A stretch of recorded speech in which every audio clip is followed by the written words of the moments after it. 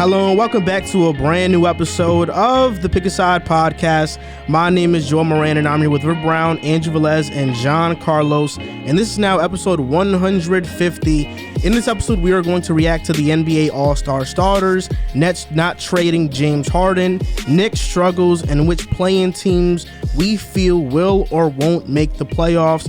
We also have a special guest on this episode, Sigourney Jackson, aka Hoop Politics on TikTok, to talk about his recent growth, politics and basketball, share his This Week in the NBA, and much more.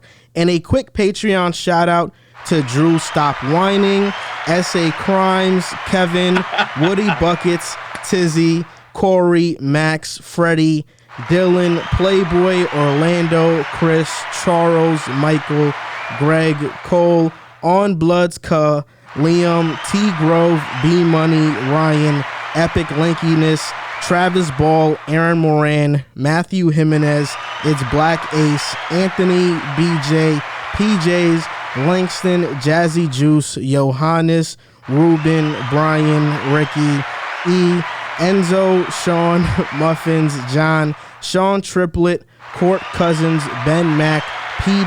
George, Hikari, Mateen, Dave 2 Freedom, and Jay Aqua. Good old Jay Aqua, baby. And Sensei Stevie is also a new Patreon. Just subscribe to our Patreon 6 hours ago. So shout out to him as well.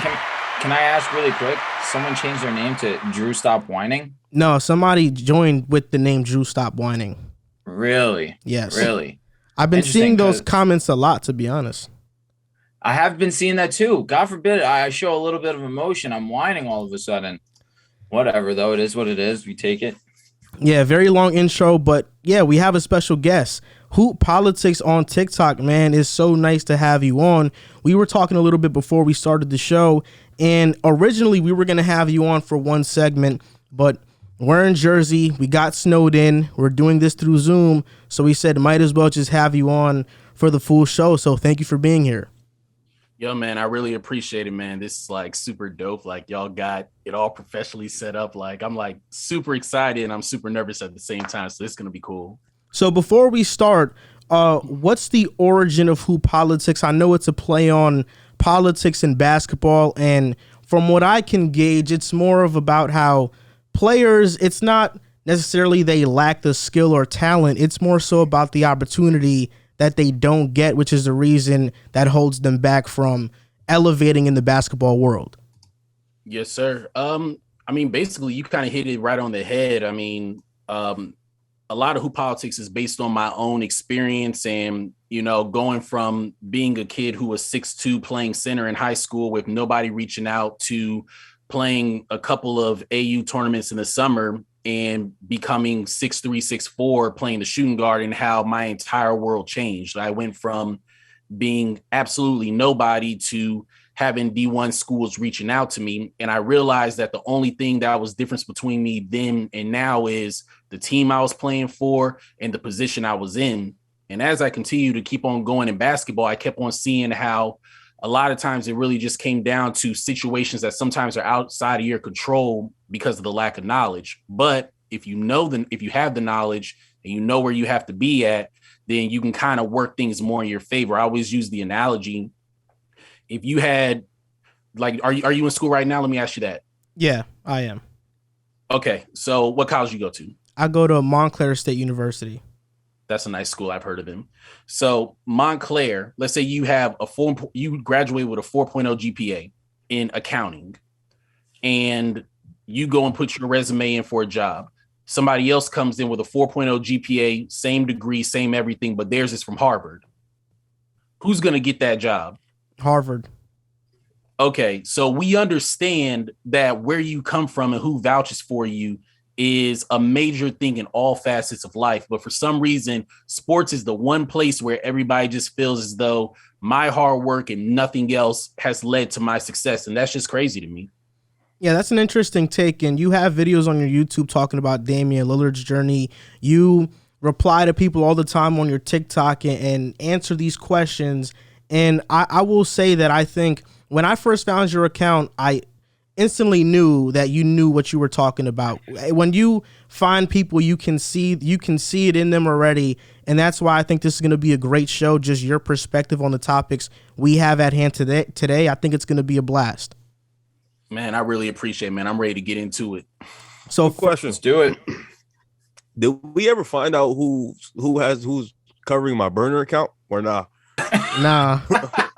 Okay. Yo, you big time. You got a burner account? That's crazy. Yeah, it's pretty sick, honestly. Bro, that was hilarious. Hey, look, They got all your takes down by heart too. They're like, LeBron sucks. Where's Curry? It makes it look like it's me, and it's really not me. Bro, that was hilarious. I'm like, yo, what is Riv doing with an account with Riv's burner account? And they're like, bro, I don't think it's Riv. I'm just happy that you didn't get banned on Twitter again. Bro, yo, he's back. He's 11 back. hours, on bro. Twitter? Yeah, he was banned. I got banned a few times. It's like my 7th account. Jeez. Y'all, I don't know how y'all do it. Y'all be getting banned and then just come right back on and build another following. Like, I can't do it. Yeah, that is a lot of work. On to our first topic of the day. We're going to react to the NBA All-Star starters from the Western Conference. Ja Morant, Steph Curry, Wiggins, LeBron, and Jokic made it. From the East, it was Trae Young, DeMar DeRozan, KD, Giannis, and Joel Embiid. The one surprise here was Wiggins. And Riv, you're wearing a Golden State jersey, so how do you feel about somebody from a team you're repping making the All-Star game as a starter, and it being Andrew Wiggins?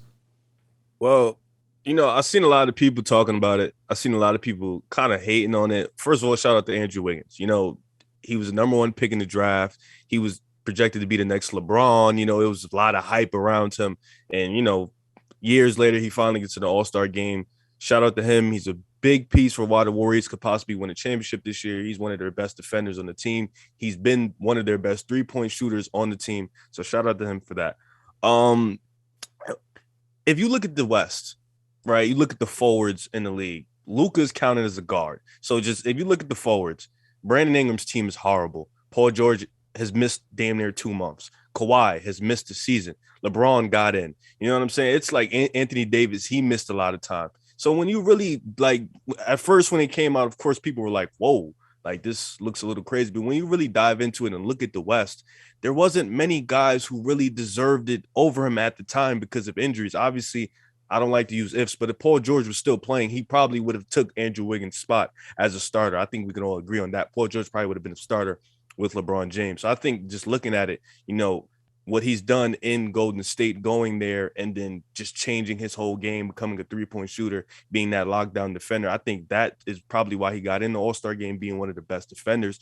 And even though his counting numbers don't look that great, 18, 4, and 2, you could probably find guys better. But at the same time, what he brings for the Golden State Warriors is something that you just can't replace. People thought people assumed that he can go there and probably change his image. But at this level, we didn't see, him being a lockdown defender. So, for Wiggins, for me, I felt like he deserved it looking at the circumstance of the league. And of course, talking about the whole All-Star game, Ja Morant, shout out to him. He definitely deserved that spot. Steph Curry, even though he's struggling, you're not going to put another guard at his spot to start the West All-Star game. And of course, LeBron James, he deserved it, the Joker. And then in the East,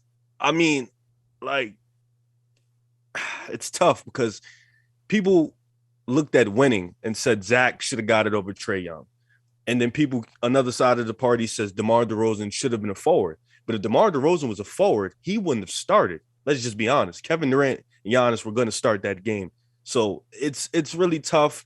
I look at Trae Young and I say, well, his team's been hurt a lot this year. His team's been missing, they've been missing some time, and he's putting up 28 and 10. He's been phenomenal in himself. I didn't mind him starting over Zach LaVine. Zach LaVine definitely deserves to be in the All-Star game, but I'm pretty much okay with the starters. I think they didn't hit it right. They didn't hit it right, but I think it's okay, and I wouldn't disagree with nothing. I mean, I'm really not too upset with the starters by any means on the Eastern side. You have Joel Embiid, who's right now probably number 2 MVP. You have Kevin Durant, who, when he's on the court, top 2 ball player in the world. Trae Young's having an all-world season, averaging almost 29 points per game, over double-digit assists. You have DeMar DeRozan, who's been absolutely excellent this season with the Chicago Bulls. And now you want to go to the West. This is where things get a little bit dicey. Devin Booker should be in conversation for a spot on this starting rotation. And Rudy Gobert, I understand Rudy Gobert is not a popular name in the terms of starting an all-star game, in terms of fan favorite. Rudy Gobert has I think he should be a starter, at least be in conversation for over Cat. He's the best. Karl Anthony Towns is interesting. Karl Anthony Towns missed a good amount of time with COVID. I will say Karl Anthony Towns is a good idea. That being said, you have Rudy Gobert, who's averaging 15 rebounds, almost 17 points per game, the number one defensive big in the league. On your team, if his team was a little bit higher in the Western Conference right now they're the 4th seed. So it makes it a little bit difficult for him to really be in that starting conversation. But Wiggins is having a great season, and I don't want to take anything away from him. But for both these guys, Devin Booker and Rudy Gobert, to be left off, Andrew Wiggins isn't a top 25 ball player right now. And that's with all respect to what Andrew Wiggins has done. That sounds very rude to say. He's not a top 25 ball player.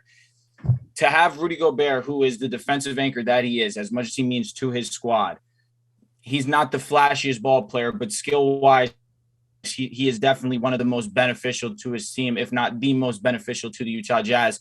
It definitely – I understand that reaction, Riv. It's Rudy Gobert. He's in Utah. It's not even that. It's the Joker's starting. So it's like, that's what the reaction was. I get it, but then you still have Giannis, who's about 7 feet tall. He's a point forward / center at this point in his career. He's not really doing anything else outside of that. You have Jokic, who really is a center, but he's playing that point forward type position. He's a center, really changing the position, but he's that point forward. What would be the real issue of having him play that point forward, having Rudy Gobert at center? For me, at least, so that you actually can clean up. You're I think Wiggins should have made the All-Star team, but as a starter, that's a stretch. So you have Rudy over Cat if you were doing the starting thing over. I would. Wow, that's interesting. So Sig, I saw you make a face when he said Wiggins wasn't a top 25 player. Do you think he is a top 25 player? Man, look. I guess I look at things different. I don't base it on just like numbers all the time, and I can't regurgitate numbers, but I look at Andrew Wiggins and I think that this year, the way he's playing, I don't think it's out of the realm of possibility to say that he might be playing like a top 25 player. When I look at his impact on the offensive end of the basketball, I think he's shooting like the best percentage from the 3-point line that he's had in his career. You said what now? 41%. Right. He's shooting the ball at a high level. He's locking defenders up. He's locking basketball players up. He's doing a lot of the little things that he's just so effortlessly fitting into the Golden State Warriors. And I think that people are putting a lot of emphasis on what Draymond brings to the table, especially now that he's not a part of the roster right now with the injury. But I think that Andrew Wiggins is not getting as much credit as he deserves. Now, I'm not necessarily against anybody saying that Andrew Wiggins maybe shouldn't have been a starting all-star, starter in the all-star. But top 25, I think that it's definitely something that could be argued. I think as far as how he's playing this season, now throughout his career, nowhere near. But as far as this year, who would you name are better small forwards than him in the league right now, especially with Kawhi being out? Paul George is one. Paul George definitely comes to mind. KD is one. Of course. Would you put Brandon Ingram over Wiggins? No, I wouldn't. I wouldn't not right now. And I think that Brandon Ingram, I think the buckets he gets doesn't equate to winning. Chris Middleton? I think B.I. is more talented. Nah, but we're talking the West. He's talking West because West. Oh, he's talking West. Yeah. No, but he's just saying like small forwards in general, though. Chris Middleton. Oh. I feel like Middleton and Wiggins kind of do the same thing for their teams. Yeah. Now Chris Middleton's more of a polished scorer. Definitely. I think Wiggins is a better defender. Yeah, that's definitely a better defender. Facts. So it's like that's kind of like you can kind of use the same thing you say with Wiggins with Middleton. It's the same thing. But if we're talking in general, then you have to look at Tatum. You got to look at Jimmy Butler. Like these are guys I'm taking over him clean. JB is a 2/3. It's like I'm taking these guys over them for sure. Is he top 10? Should be top 10, right? Top 10 small forwards. I'll give him that every single day of the week. Is Andrew Wiggins a top 10 small forward in the NBA currently? So we have LeBron, that's 1. Jimmy Butler, 2. Paul George, 3, but he's not playing. Chris Middleton, 4. Jaylen Brown, 2, 3, that's 5. DeMar DeRozan, that's 6. Jason Tatum. I think I mentioned Tatum already, or did I? You said Jalen. You said Jalen Brown. Okay, so Jason Tatum's another one. Kevin Durant. You didn't say Kevin Durant. What about Brandon Ingram? So you guys are not taking Brandon Ingram over Wiggins? I probably wouldn't, because he can do both. If the criteria is impact and winning, no. What about talking talent alone? BI, yeah. What about Gordon Hayward? No. I would take Wiggins. Yeah. Now, I'll tell you this. I think the one thing that Andrew Wiggins and Gordon Hayward have in common is both of them getting paid too much money. Ooh. How about OG Anunoby? Oh, no. Statistically, it's closer than how it actually is, but you got to take Wiggins. Yeah. So I don't think, but like, no Wiggins, way you watch both of them and think it's close. I agree. No, that's what I'm saying. Statistically, it's close. But in real life, it's not that. It's Wiggins, and it's pretty clean. So Wiggins is a top 10 small forward, but like borderline. He's like just making the cut. He's like like that 8 to 10 area. Yep, 100% agree. So what did you think about the All-Star starters, JC? Did you agree with the list? So for the Eastern Conference, I mean, I pretty much agree with it, but I agree with Giannis, MVP, top 3 in the race. Joel Embiid has been going crazy this year. DeMar DeRozan has helped the Bulls reach a top 2 seed in the Eastern Conference. Trae Young is putting up video game-esque numbers. A lot of people question if the foul hunting and the foul baiting, which he was used to, would affect this game. Has shown no effect. This is statistically his best season. And obviously, I don't know if I said him as far as Kevin Durant. I agree with Kevin Durant, but since Kevin Durant is not going to be out, I did like I did a replacement player. So it was either Tatum or Jimmy Butler that'll take his spot. I'm fine with either or taking his spot. In the Western Conference, LeBron James, we agree. We all agree on LeBron James. I agree on Jokic. Steph Curry, obviously, even though he's been on a slump, we know what he's a 2-time MVP. We know the type of player he is, one of the best players in the world.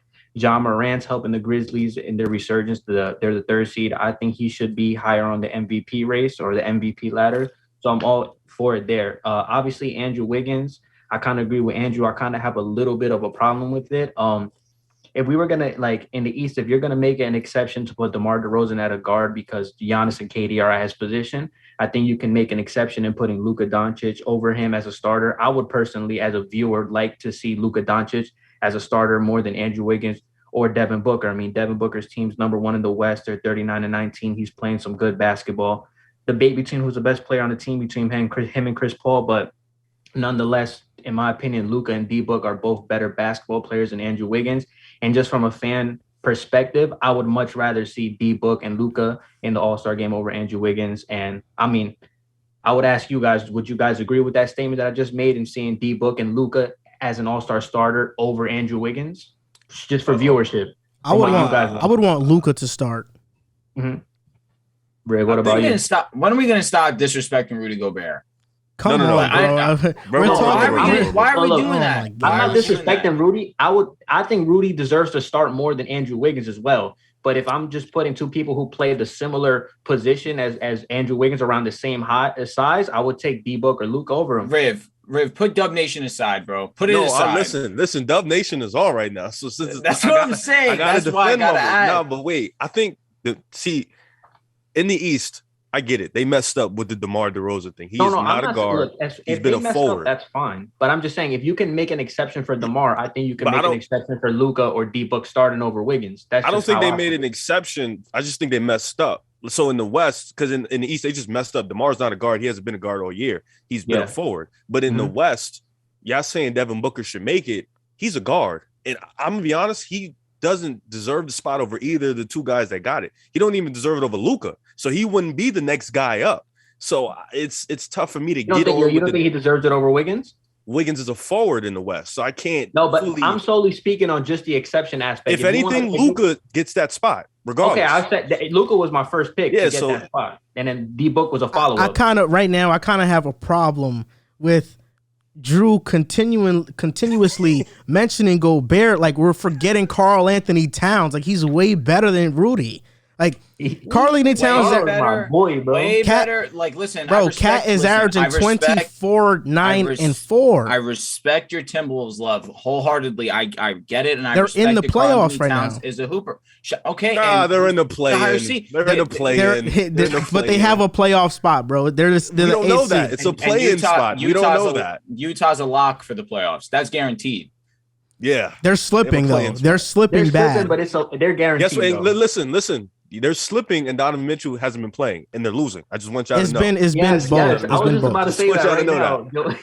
Yeah, a team doesn't have their leading scorer. It's a surprise that they're losing. just letting y'all know that. I'm just I'm giving you an answer. The Andrew Wiggins thing is interesting because 50% of the starter vote is like fan vote, and a K-pop artist, a really famous one, his name is Bam Bam. He actually endorsed Andrew Wiggins January 6th. I apologize. And was like, get this guy in the All-Star game as a starter. So a lot of people are speculating that that K-pop artist, Bam Bam, had a lot to do with Wiggins starting in the All-Star game. But you could say the same thing with Trae Young. Trae Young won the fan votes. He didn't win the player votes. But I think Trae Young is more deserving of that. Oh no, spot. yeah, of course. Yeah, I'm not. But I'm saying like the fan votes is what gets you in to be a starter. I think the East was perfect. I outside of Trae Young, that's the only one that maybe I put Zach when we originally did our starters and reserves. I put Zach over Trae, but it's not like Trae deserves it. I know he deserves it.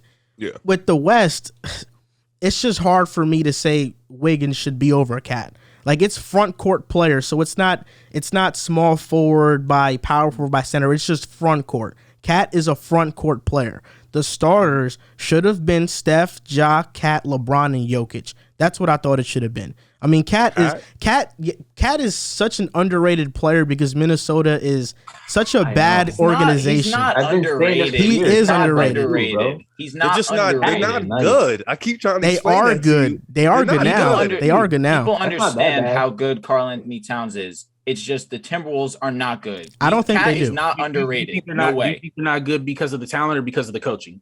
Consistent. I think they're just not consistent enough. I think in years past, it was the talent and coaching. This year, Chris Finch has done a really great job at putting together a defensive scheme, and D'Lo has taken that responsibility of really directing the defense.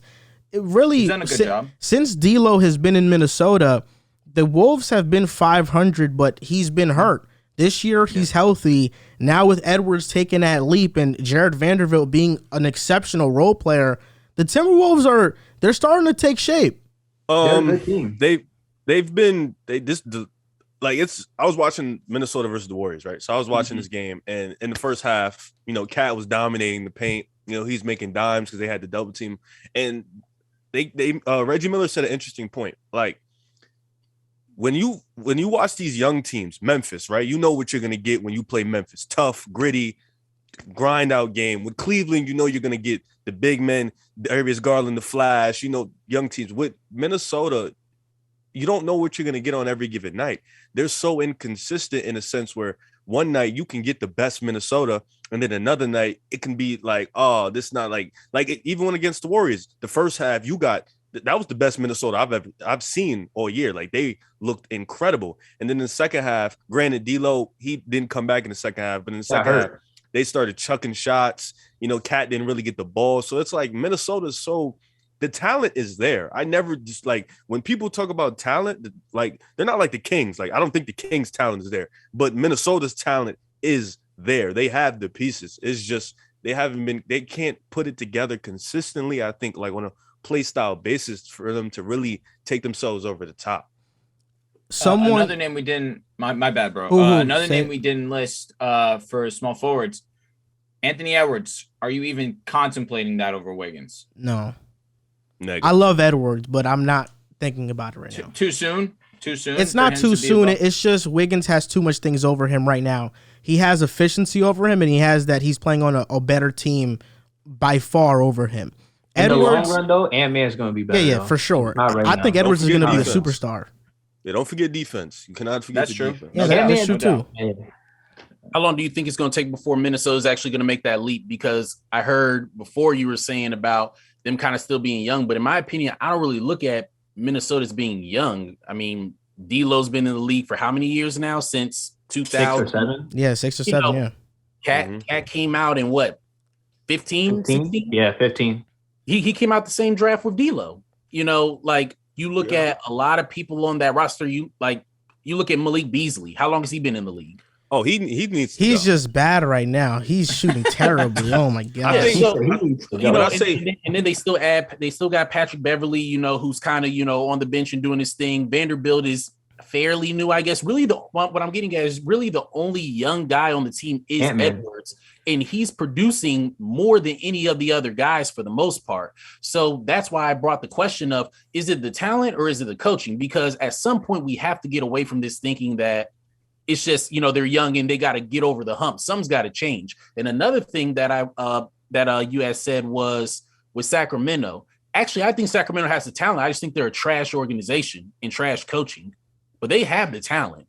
But for some reason, they just decide to send people to hell by just drafting certain players who don't need to be there. Like, you already had De'Aaron Fox. You went and got Tyrese Halliburton. Then you went and got Davion Mitchell. Why are you drafting 3 of the exact same players to your roster? Do you not believe in De'Aaron Fox? You have Harrison Barnes, who's a good small forward, who has championship pedigree. You have Buddy Hield, who really, I know people don't want to hear it, but has a lot of Bradley Beal in his game if given the opportunity. You have good bigs, you have good centers. It just comes down to, first and foremost, y'all should have fired Luke Walton 5 years ago.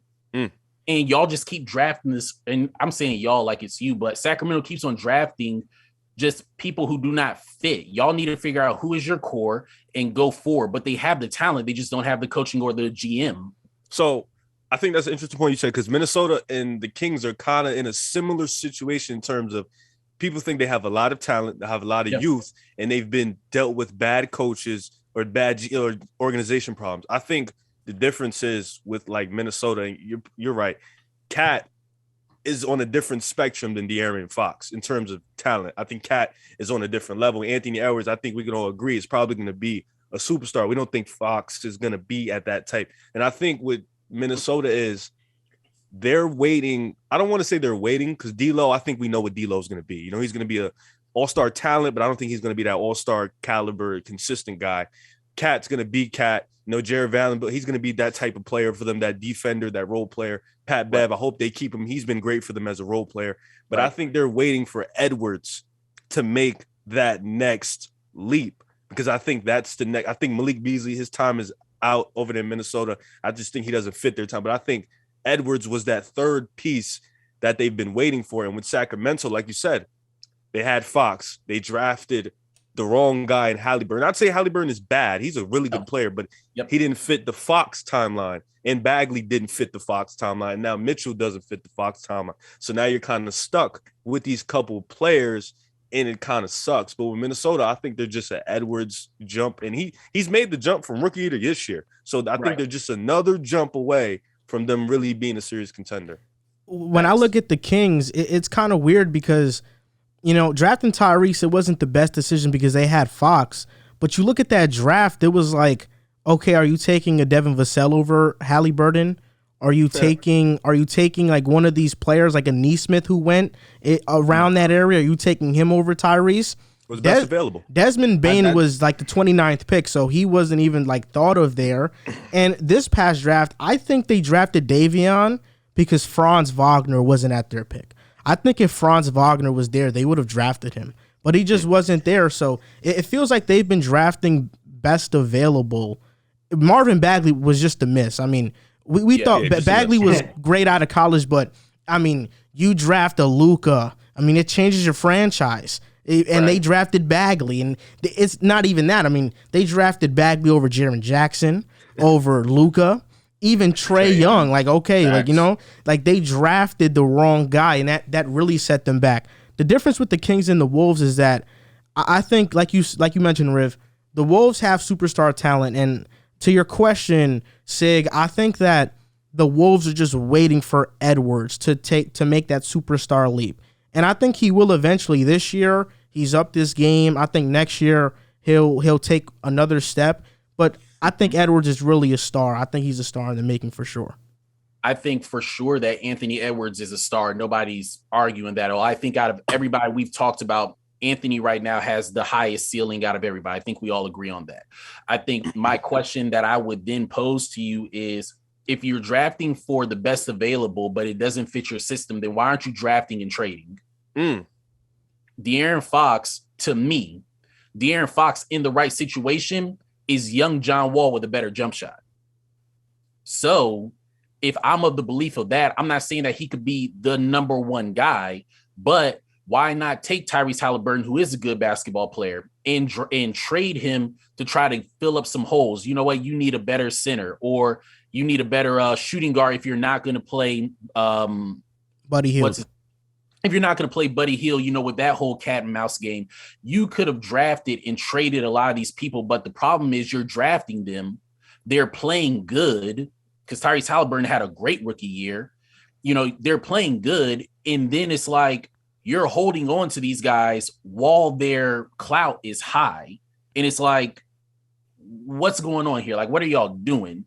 You know, so I don't know. I just think that Sacramento could be so much better if they just had better GMs and just better coaching altogether. I think the talent is actually there to at least be a team that can get into the playoffs or fight for the playoffs. Yeah, without a doubt. I think you're right. When we talked about the All-Star starters, one of the guys that didn't make it that has consistently been a starter has been James Harden. And James Harden right now, there's a lot of drama around him with the Brooklyn Nets. There was rumors about James Harden wanting to go to Philly, Philly wanting Harden, but the Nets have came out and said, we're shunning trade deadline offers for James Harden. They're not trading him. What are your thoughts on that? Is this the correct move? I mean, to me, I think it's quite obviously the correct move because they can win a championship this year. With all the things that are going on, they can still win a championship. So, JC, I'm going to go to you because you're the Nets fan here. What are your thoughts on the James Harden stuff? The Nets basically reassuring fans that, nope, he's not going anywhere. He's sticking with you guys for the year. Well, as a Nets fan, it's kind of relieving because, you know, obviously in the last, I think 2 years with the big three has been together, where they've all been under contract. I think it's a year. They've only played 20 games together. So we haven't really consistently seen this team on court together. The few times that we have, they've looked pretty dominant. Even just the one time this season against Chicago, against the number one team in the East at the time. You know, we saw what happened when they were all three together on the court. Or even the series in Boston last year, it took a Jason Tatum 50 ball masterclass performance for them to even get a win. But I think it's the right move if James Harden's really bought in. And at the end of the day, none of us, including the Nets organization, will never know if James Harden is really bought in. You could look at it from both sides of the spectrum. Let's say the Nets keep him. Let's say they win a championship. Oh my God, it was the best move. You know, we got the big three. We got our championship. James Harden wants to leave. That's fine. Doesn't matter. We had our end goal. But if we go into the playoffs this season and, you know, we get hurt or, you know, we lose flat out, we just lose, and James Harden leaves, you're sitting there like, okay, so we just lost. We traded James Harden for 4 first-round pick swaps and 3 trades for 3 pieces, Jared Allen, Karis LeVert. I mean, at the end of the day, you know, those guys you were going to have to give that up. So it really just depends. James Harden has a lot of leverage in this situation. I mean, if James Harden ends up leaving, it's James Harden. At the end of the day, I'm pretty sure there's a bunch of NBA teams that'll call and give you some hefty offers for James Harden, even though it's been statistically a down year for James Harden. I mean, this is a guy who's averaging 23 points, 8 rebounds, and second in the league in assists. So in my opinion, as a Nets fan, I think it is the right move just because we haven't seen all 3 of them on the court together consistently. I think had we saw that last year and we didn't win, okay, you can pull the plug and be like, okay, this is probably not going to work. But I'm of the mindset that I'm not going to break something up if I haven't seen it to the full extent. And the full extent for the Nets and their goal is to have the 3 of them healthy in the playoffs and just see what they can do and see if they can win a championship. So I'm on the Nets side. I agree that, you know, they shouldn't really answer calls. I think they should go all in this season. And let's just see, you know, if this team, like how James Harden says, we're unbeatable when we're all 3 together. So let's see, James Harden, all 3 of them play, you prove it. So I'm I'm agreeing with the Nets on this stand. I don't think you should trade him. I think you should let it just ride out. So, Riv, I saw you laughing over there. What are you laughing about? Oh, because your boy didn't make the All-Star starter. That's why it's funny. Oh. My boy did. So I was just laughing at you about that. But that was funny. No. The Nets made the right decision. You shun. Listen, I just want to give some insight here. This free agency, the teams that have cap are the Detroit Pistons, the Oklahoma City Thunder, like teams like that. In order for James Harden to go to a competitive team, it'll have to be a sign and trade. So either way, Brooklyn, you look good because you'll get something back. So shout out to you guys. You'll get something back, maybe a Ben Simmons or something like that. Or if he wants to go to Miami, Tyler Hero again. We'll try that one more time. But you get something back. So that's good in a sense. But yeah. Do the Mavs have money? Nah, they'll have to make some moves. Okay. But okay. Yeah. I agree with both you guys though, with Joel and JC. If the Nets are healthy, if the big three are healthy, there's no team in the right now. There's no team in the East that can really, you know what I'm saying? Like it's gonna be tough to beat those three guys, especially James the Harden, Bulls. Yeah, definitely the Knicks too. But I shouldn't even said that because they're not even in the playoffs right now. But it's gonna be tough to beat those three guys, So I think, like JC said, just getting these guys healthy is the first priority. And I know it sucks. Injuries damage a lot of teams. And if you look at the big threes in the past, the Bulls, the Magic Johnson and Kareem, you look at Tim Duncan, Tony Parker, and them boys in Miami. This is like the first big three that's seen devastating injuries like this to their main guys, and they really haven't got the chance to play together. So it really sucks for Brooklyn fans that they haven't got to see it.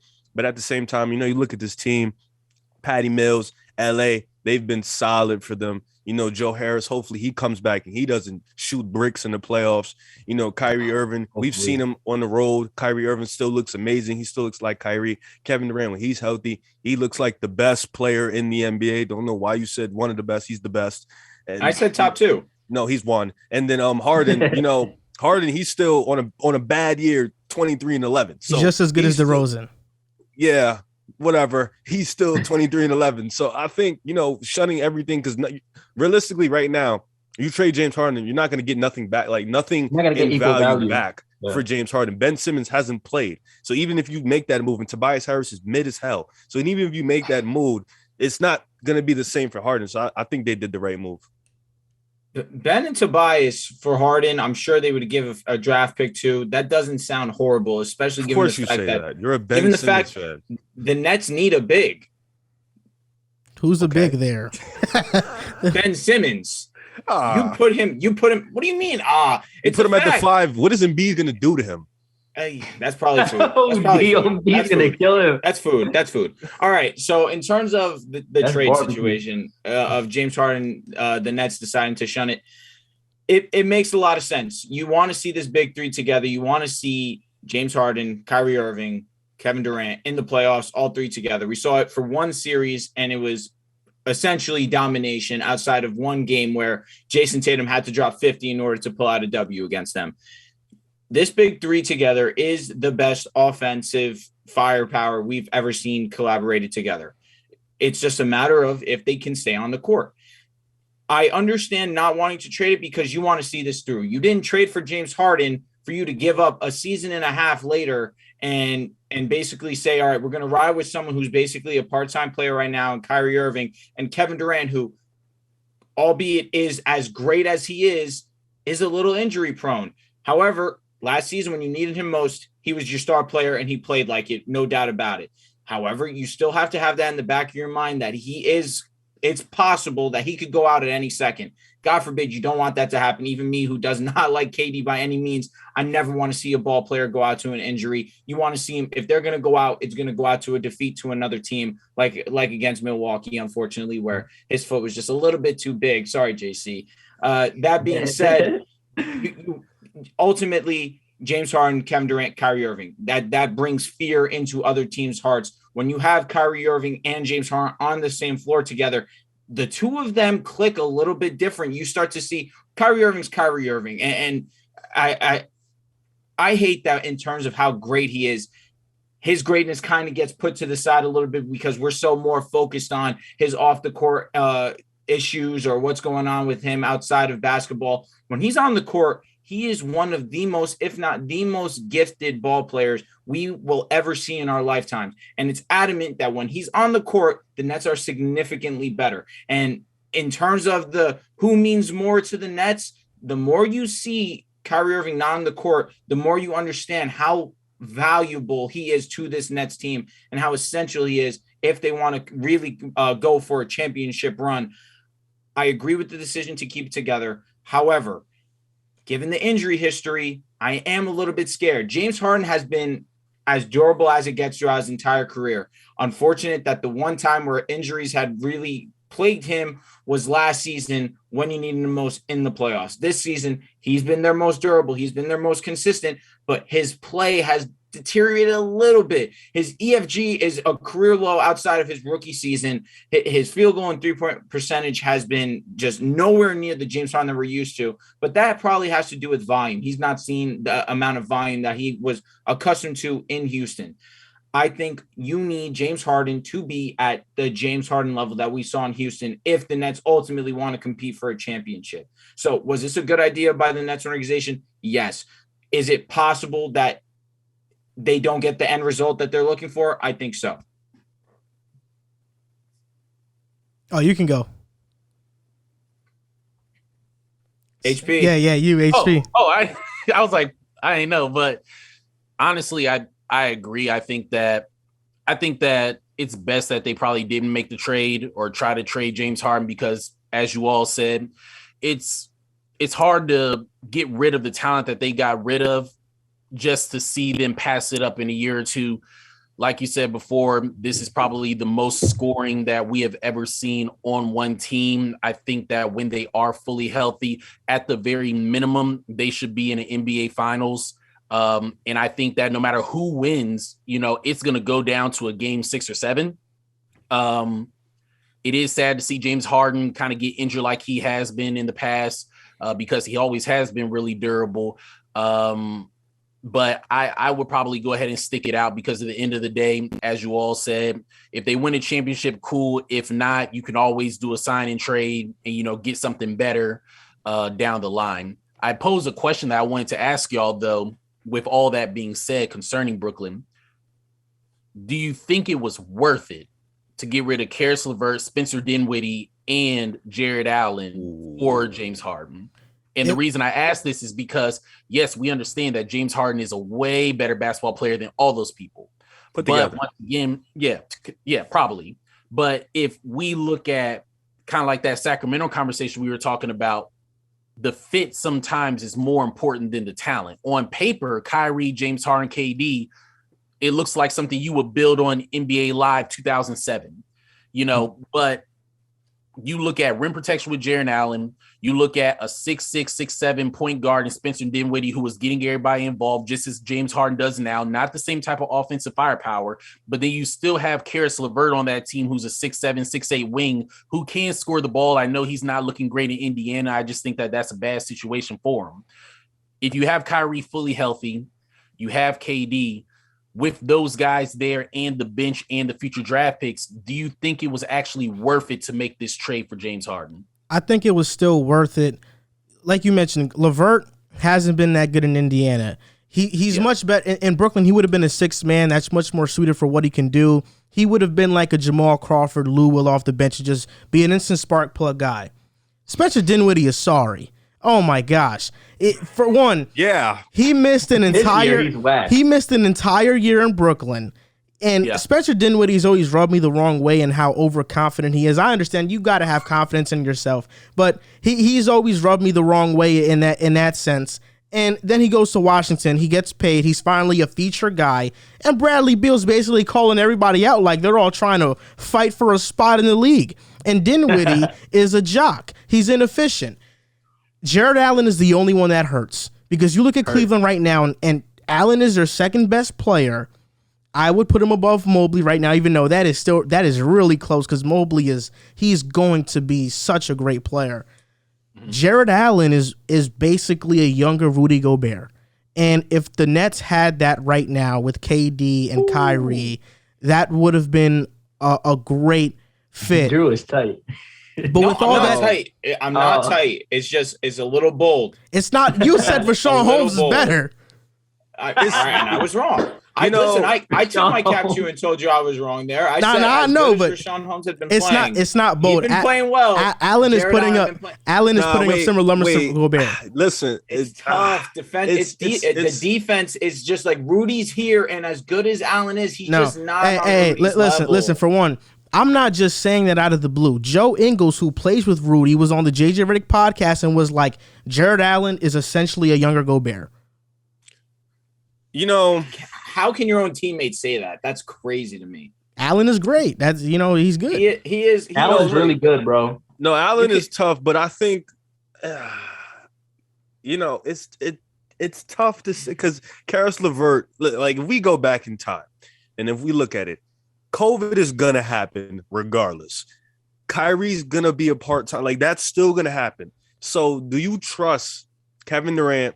Karis LeVert, it's looking like he's forever gonna have injury concerns throughout his career. You have Kevin Durant, Karis LeVert, Jared Allen, not Jared Allen in Cleveland. I feel like Jared Allen in Cleveland is a different Jared Allen in Brooklyn. Offensively, not defensively. I feel like he's the same guy defensively, but offensively, he just looks a little better in Cleveland. I feel like Darius Garland. To Darius Garland. I don't think in Brooklyn he would have been that offensively. So you get a slightly less offensively, but still the same defensive guy, Jared Allen. And then Spencer Dinwiddie, who was coming off an ACL injury, so he would be back. I think, like Joel said, you have to make that Harden deal because, like I said, Spencer Dinwiddie was coming off an injury. Karis LeVert is always hurt. Jared Allen, as great as Jared Allen is, he's not going to give you that offensive output to help Kevin Durant. And then Kyrie's going to end up being a part-time player anyways. I think getting James Harden, essentially a guy who we've known for all his career, plays every game, plays every playoff game. He's an Iron Man. He's going to play. You need a guy like that in a regular season to carry you when the injury guys get hurt because he's the guy who helps you get to the playoffs, and then you figure it out from there. I respect it. I feel very bad for what James Harden has had to go through in Brooklyn. God. Nets fans not appreciating him enough. And also just the lack of talent that the Nets have assembled around him. When KD and Kyrie are out, it is evident that the team stinks. It's James Harden, DeAndre Bembry, James Johnson, Patty Mills, and Day'Ron Sharpe starting sometimes. Cry me a river. Cry me Literally, a river. cry me and me. I don't care, bro. James Harden. James. I mean, look, you're forgetting Kyrie, Joe Harris. Those guys are out. I'm not forgetting anything. What I'm saying is, JC, we had a segment. We literally had a segment before the season started on the Brooklyn Nets having having one of the deepest teams in the league. We didn't know Paul Millsap was that washed, bro. Bro, Joel, I told you. I let you know. Yeah, Paul Millsap's washed. Paul Millsap is really washed. Whose fault is that? To the point where I was just like, do we even need to have a Paul Millsap conversation? Why? Paul Millsap's not that dude. But listen, this is what I'm about to say. James Harden's worst team in Houston was when he was with them in his first season. The Omar Ashik and Chandler Parsons and Jeremy Lin and that team. That roster is better than this Brooklyn roster when you take away like KD and Kyrie and stuff. Like the supporting cast is god awful. Like they don't have great role players. Am I supposed to feel bad? Most of your impact players are hurt, bro. But can I say something? Kyrie's part-time, Kevin Durant's out. Like James Harden is the second most doubled player in the NBA. Can I say something real quick? I just want to chime in on this little bag. It's injuries. No. It's like this whole Cry Me a River segment is funny. That's what you were doing with Steph last year. No. Wait. Steph was he was actually literally alone on offense. Like that was actually a fact. Wait, so Harden's not alone on offense? Huh? Bro, he has Kevin Durant and Kyrie. KD is out. KD is out. It happens. Wait. I don't feel bad. Hold on, Drew, wait. The Nets are a top 4 seed in the East. Because of Harden. What are you complaining about? Because of Harden. What are you complaining about? Because of Harden. Because of Kevin Durant. So this is the difference, Riv. James Harden can be around bums. He's gonna get you a top 4 seed in the East. Kevin Durant was playing. Steph Curry can be around. You talk about this no offense. Okay, he had Wiggins last year. He had Draymond last year. Y'all ain't make the playoffs. Harden's gonna get you Draymond there. sucks Wait, offensively. Drew, Hold on, that's the West. Wait. That's the West. That's the West. That's the West. That's the difference. Not even that, SJ. When Steph got off the court, they were statistically the worst offense in life, like ever, Bro, like in NBA history. Like they were the worst offense ever, like ever. So, like, what are you saying, bro? Like Kevin Durant was carrying, he was backpacking the Nets. He was the number one MVP before he went down. We as a whole need to feel sympathy for James Harden, and I'm glad that he's gonna I'm glad that he's gonna ring chase after this offseason. He's doing it already, but he's gonna have to. I hope that he he's gets gonna a start championship after he leaves the Nets with Kevin Durant and Kyrie Irving. He can go wherever he wants, and if he goes to the Lakers, you'd love it. Don't bring him here.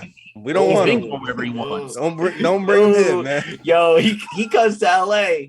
Shoot, man, I'm be wearing that beer with you, Joel. It's crazy because when you assemble legendary teams like this, like the Warriors, like the Big Three in Miami, you have to find those veterans that kind of fit the Mike Millers, the Shane Battiers, the Sean Livingston, those type of guys. I think the problem with Brooklyn is they're playing a lot of young guys, Kessler Edwards, Cam Thomas, what's his name? Daron Sharp. Like they're playing a lot of those. David Duke was playing for a little bit. They're playing a lot of young. They don't have like their old guys are not like they don't. It's just different with them. And of course, it's because Blake and Millsap, they've been really bad this year too. Nobody was. But you guys are saying Millsap has been bad, but like I understand it. But I remember in Golden State when David West was just as old as Paul Millsap, and he was contributing. Like is it like system is different? Just bad?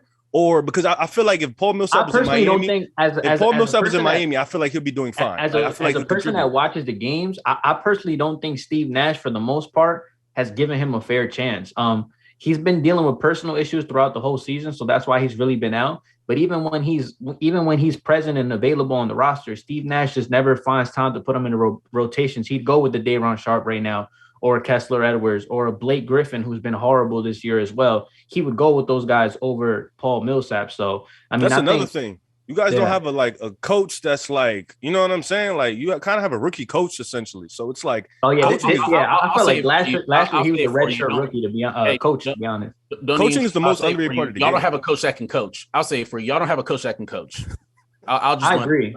Steve Nash can't coach, and they don't have an offense. And so that's why basketball players on that team look a whole lot worse than they really are, because in order to thrive in Brooklyn's offense, you have to be a one-on-one scorer who can just go get you a bucket. That's why Kyrie looks great. That's why James Harden can stay afloat. That's why KD looks like the second coming of Jesus. The reason why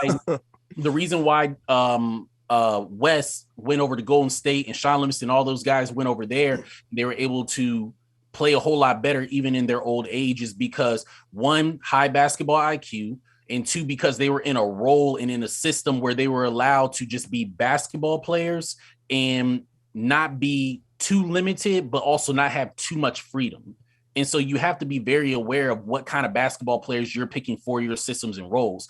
Blake Griffin is going from being a superstar guy when he was with the Clippers to being a solid basketball player with the Detroit Pistons to now trying to figure out, how can I fit in this role where I'm probably a fourth or fifth option, but still be the Blake Griffin of old? You can't do it in that offense. And Steve Nash does not make any adjustments since he's been in Brooklyn in order to try to fit any of the players around them to make them more comfortable in their strengths. So that's the reason why, like, truth be told, if we replace Steve Nash with Mark Jackson, even if Kyrie Irving played part-time or James Harden, was on and off injured, they would have at the very least still been in the Eastern Conference Finals last year or the championship. It's crazy because, Joel, you watched the Draymond interview, and I'm glad you brought that up. You said they run a lot of ISO. Mark Jackson, Draymond was talking about it. Mark Jackson runs that type of system where it's like ISO one-on-one, give your players a lot of confidence, run a couple pin downs. But yeah, you hit it. You hit it about. Should we blame Steve Nash for the situation the Nets put him in? A rookie head coach, putting him in. I mean, he's built a solid team behind him. So it's like, Sean Marks. Can we put that all on Steve Nash? You can't blame Steve Nash. Blame the organization. There you go. No, I'm blaming Nash. He's not a good coach, bro. Steve Nash is not a good coach. He's a rookie coach. It don't matter. Steve Kerr was a rookie coach with the Warriors. Kerr, wait. That's Waiting different. on what? How is that different? That's different. How? That's completely different. How? Yo, but Steph Curry, Klay Thompson, Draymond don't have egos. Kevin Durant didn't have an ego. He brought in a new system, which he had to really break it in. It's the difference. Steve Nash, and first of all, Steve Kerr was on championship winning teams. He's watched Phil Jackson. He's watched Greg Popovich. Those are two completely different minds. Steve Nash was with Golden State when they won a championship. No, I understand that part, but I'm saying Steve Kerr was learning under Phil. He was watching Phil Jackson work every day while playing for the Bulls. He watched Popovich work every day, and then he has his basketball mind is a lot different than Steve Nash in terms of that coaching. So it's different, it's Riz, different. So Riz, so if I ask you this question, so you have let's say a Mark Jackson or a Tyronn Lue for a team that's constructed to win a championship now, you're gonna really choose a rookie, inexperienced head coach over I would have chose Lue. Qualified candidates? I would have chose Lue. That's what I'm saying, and I think that's where you just said head coaching is one of the most underrated aspects of basketball. I mean, I've been watching. There was a time where Steve Nash actually tricked me into thinking that he was a good coach because he was keeping the Nets afloat with all these injuries and all these things going on. But even then, he just has the same issues as last year. Rotations are horrible. I'm not going to blame everything on him because Blake Griffin regressed from last year. Bruce Brown, albeit he was our small ball 5 at the time, he had a perfect role. He regressed from last year. Paul Millsap, the Nets didn't expect him to regress and look this old. So Steve Nash has had his barriers to overcome. But good coaches overcome those circumstances. And Steve Nash this season, and even last year, he had issues coaching with his rotations and the lineups that he put on the court. And just rookie mistakes as coaches. Like Patty Mills the other night was like, it's not rookie mistakes. 4 for 4 from the 3. He was our only source of offense. And in the last 4 minutes of the game, he's going to sit him out until the 1 minute mark. Why don't you just ride the hot hand? He makes too many critical errors in those type of rotational part isn't rookie mistakes. That's a Kerr. Kerr struggles with that till this day. He still struggles with rotation. So I think that's just him being under Kerr. Steve Kerr still struggles till this day with rotation, especially the year where his players was injured. He struggles a lot with that too. So I can see a lot of that from Kerr because Nash was under him too. So I feel you on that. Let me ask this. This might be a hot take. Do y'all actually think Steve Kerr can coach on the level that people hype him up to be? I wouldn't call him an elite coach, but I think he's a really, really good coach. And the reason I ask that is because, in my opinion, it's hard for me to say that Steve Kerr is as great of a coach as we've made him out to be because he walked into a finished meal with Mark Jackson already. And then we have watched where, truth be told, the Golden State Warriors should have been in the playoffs last year, but it came down to Steph was hot. Why is it that going into that fourth quarter with the Lakers, you waited and you did your normal rotation you always do. Fourth quarter came around, the first 4 or 5 minutes.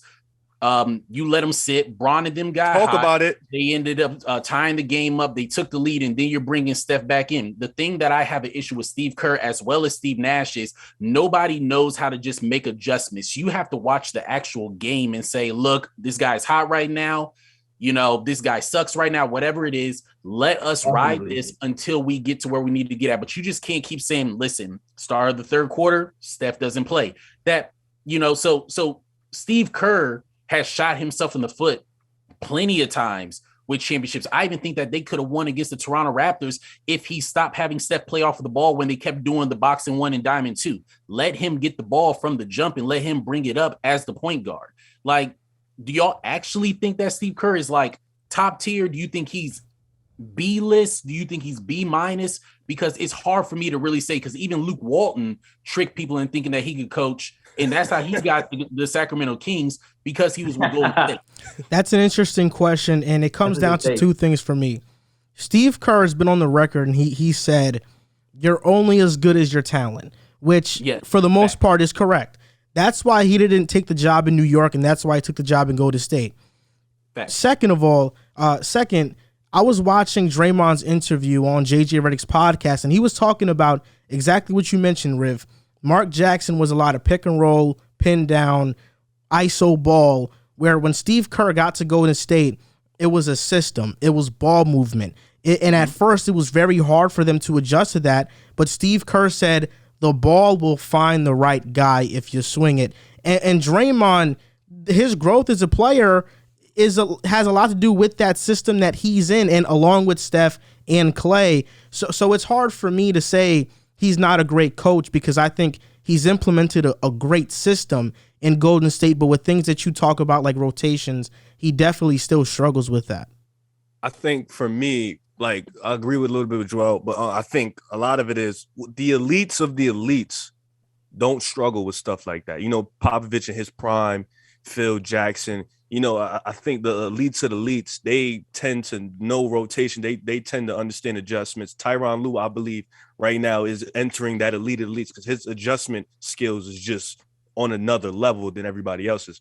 But I think for Steve, I think for Steve Kerr, like, you have to give him credit because, yes, you're a product of your players, but I think Steph Curry, for him, the reason why he's considered what he is because he is one of the players that coaches that unlocked Steph Curry into what he kind of helped transcend Curry into one of the greatest shooters ever and one of the greatest point guards in NBA history. And then he pushed Draymond Green into being one of the best defenders of all time. So it's like for him doing that, like, he branded the most beautiful basketball in the NBA at that time. You know, it was one of the best, like, it was the most exciting basketball to watch. So for that, you have to put Kerr in, I wouldn't say elite, but in that great, like, he's one of the great coaches in the NBA because of the fact that he's done that.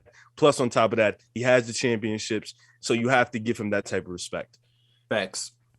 I agree with a lot of what you say, HP, though, that he came in to basically, here's the meal, all you have to do is eat it. Where Mark Jackson took the time, he prepared all the meats, he actually cooked it on the stove. That's a fact. That's what Mark Jackson did, where that series against San Antonio. Oh, yeah, Mark was great. Where I've never seen a coach overachieve, get to that series against San Antonio, lose the series with San Antonio, and then lose your job.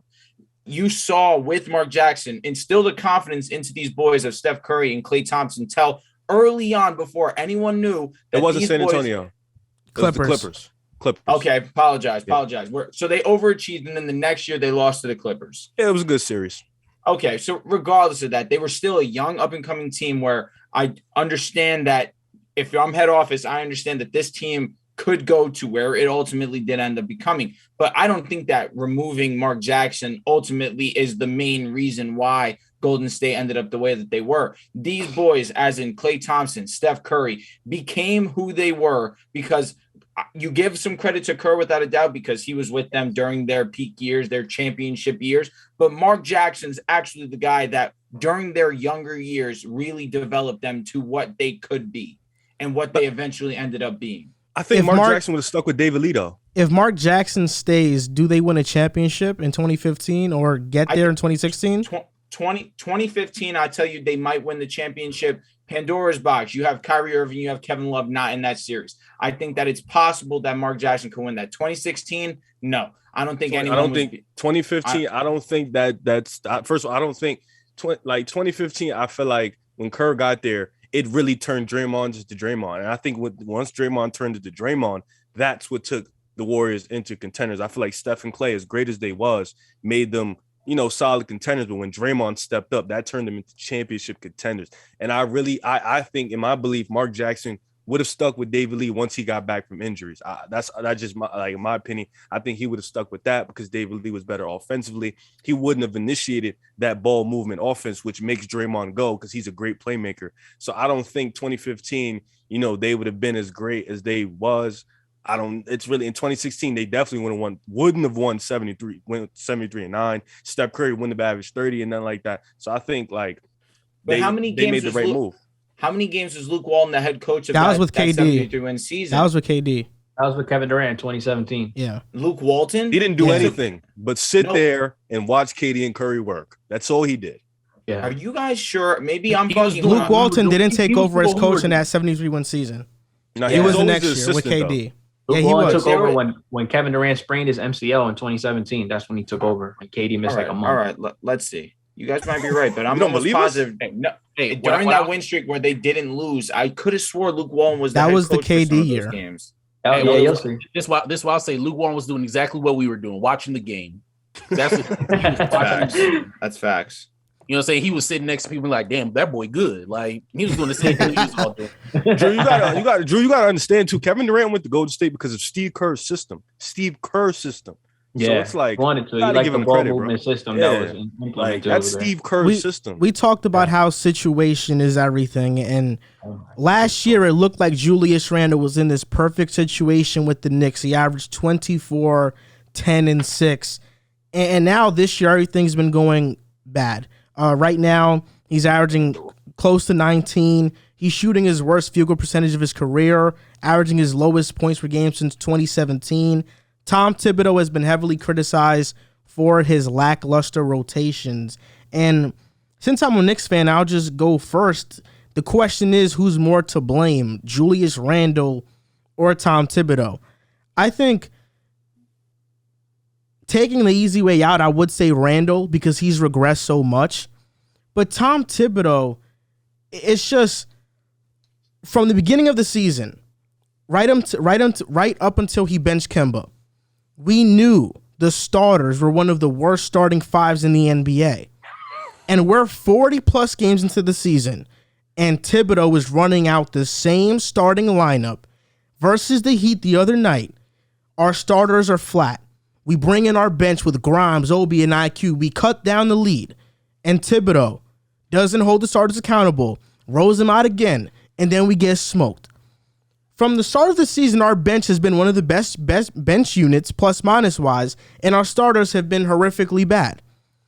I feel like Thibodeau deserves more blame than Randle for his lackluster rotations, for not holding players accountable. Randle's playing like garbage. Sit him.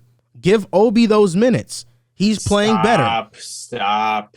What do you mean stop? You can't. You're gonna sit the guy, or you just gave 140 talking million. about, so what do you mean? $150 million I don't care if Randle is 2 for 14 from the field. Yeah, you're sitting, bro. Obi right now is playing better than you. If that happens, Thibodeau's fired immediately. Why?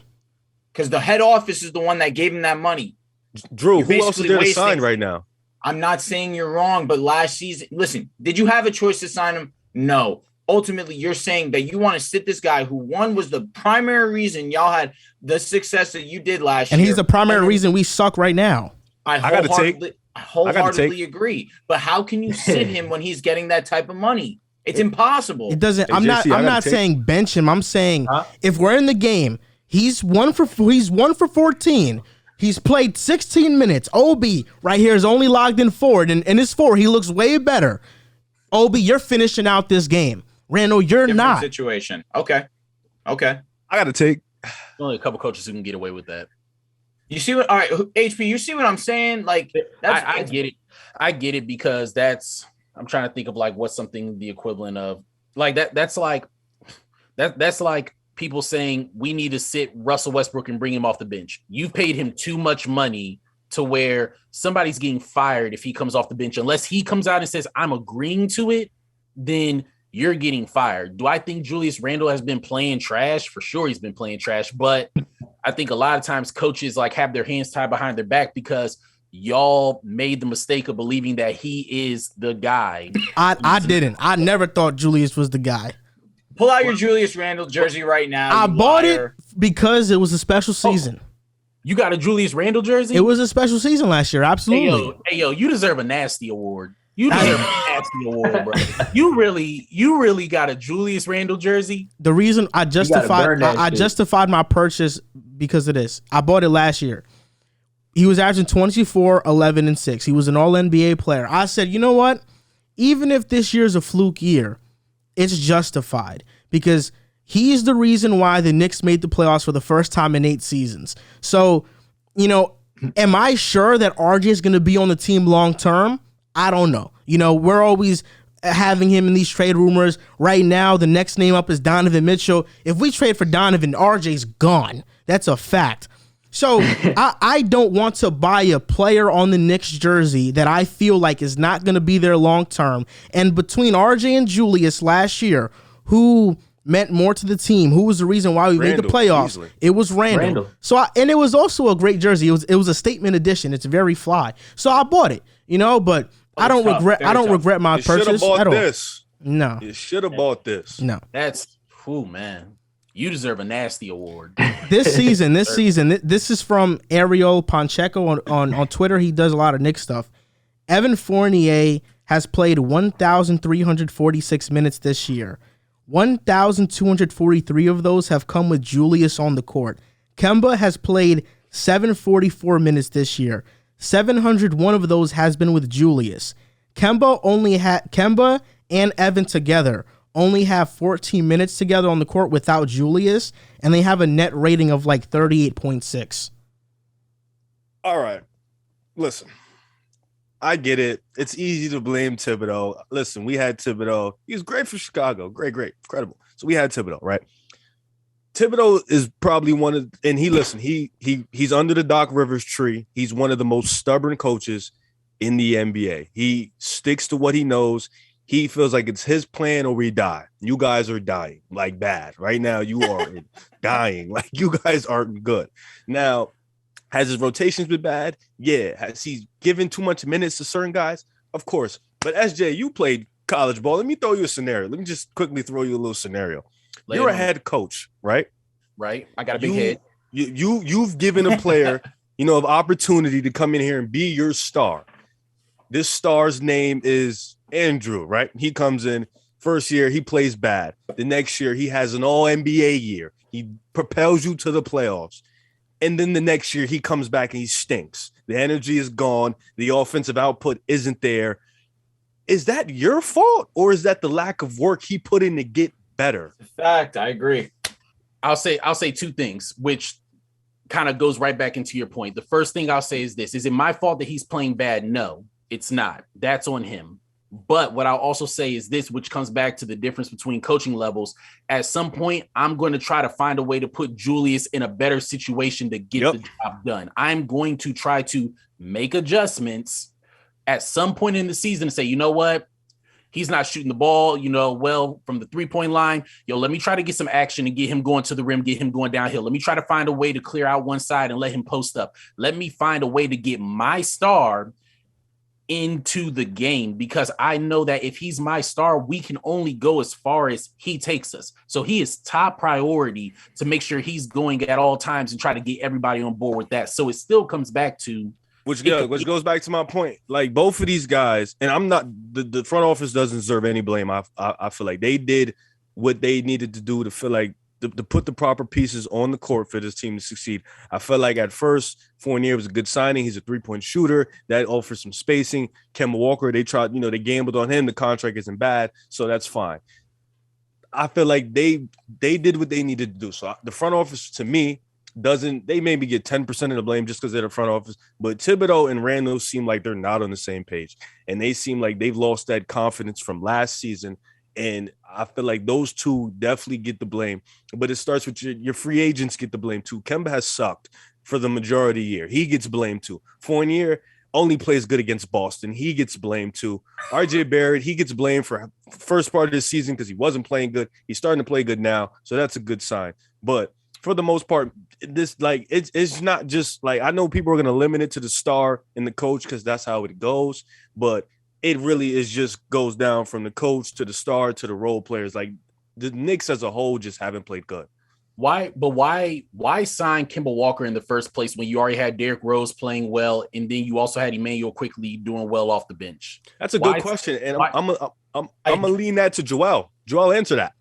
I mean, I don't think we should have. I thought IQ should have been starting, and you bring Derrick Rose off the bench. That's what I would have done. The Knicks needed a facilitator, so I understand that. But Kemba's not a facilitator; he's a scorer. Agreed, but he's at least a point guard, and at the same time, he was cheap. But he is old at this point in his career. I mean, Kemba Walker is not playing as well as D Rose, so I understand that. But at least Kemba Walker could facilitate a game a little bit more at that point, and when you take Derrick Rose out, it wasn't supposed to be this huge of a drop off that it inevitably ended up being, which I, in hindsight, 100% understand. Why would you bring in Kemba? But that's the reason, at least I think. You got him for a good price. You didn't have to pay top dollar for him. You got him on basically a vet minimum, and you needed a point guard. But another one on top of Derrick Rose. Kemba is a scoring guard, and what I'm looking at first guard. Emmanuel Quickly had a good season last year. I think. I mean, he had some pretty good games.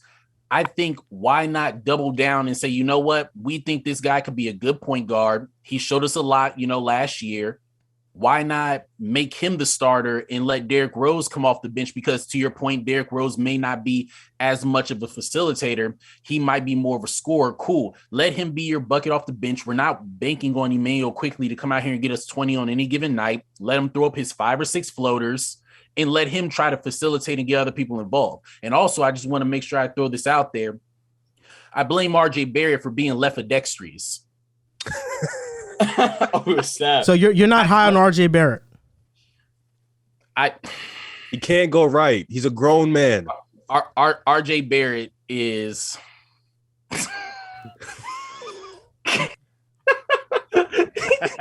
RJ Barrett, have y'all when you lift weights and then right when you get done working out, you look at yourself in the mirror and you feel more confident about yourself? Wow. That's basically what RJ Barrett, in my opinion, has done. He's just super confident. He works on his body. He thinks that he can just get to he can just be a superstar, putting his head down, going to the rim every night. He's left-dexterous. He does not own a right hand, and he's got more than enough money to pay for one. I've been telling you his right hand has gotten better though. But the fact is, why are you a top 3 pick in the NBA draft without a right hand? He had a great season at Duke. He had a historic freshman season. You trying to ignore the question. Answer the question. He has no right hand. Listen, I'm not the biggest RJ guy. You shouldn't be. Well, what are you about to say, huh? You're a liar. Oh, okay. No, I thought Drew said something. I thought Drew.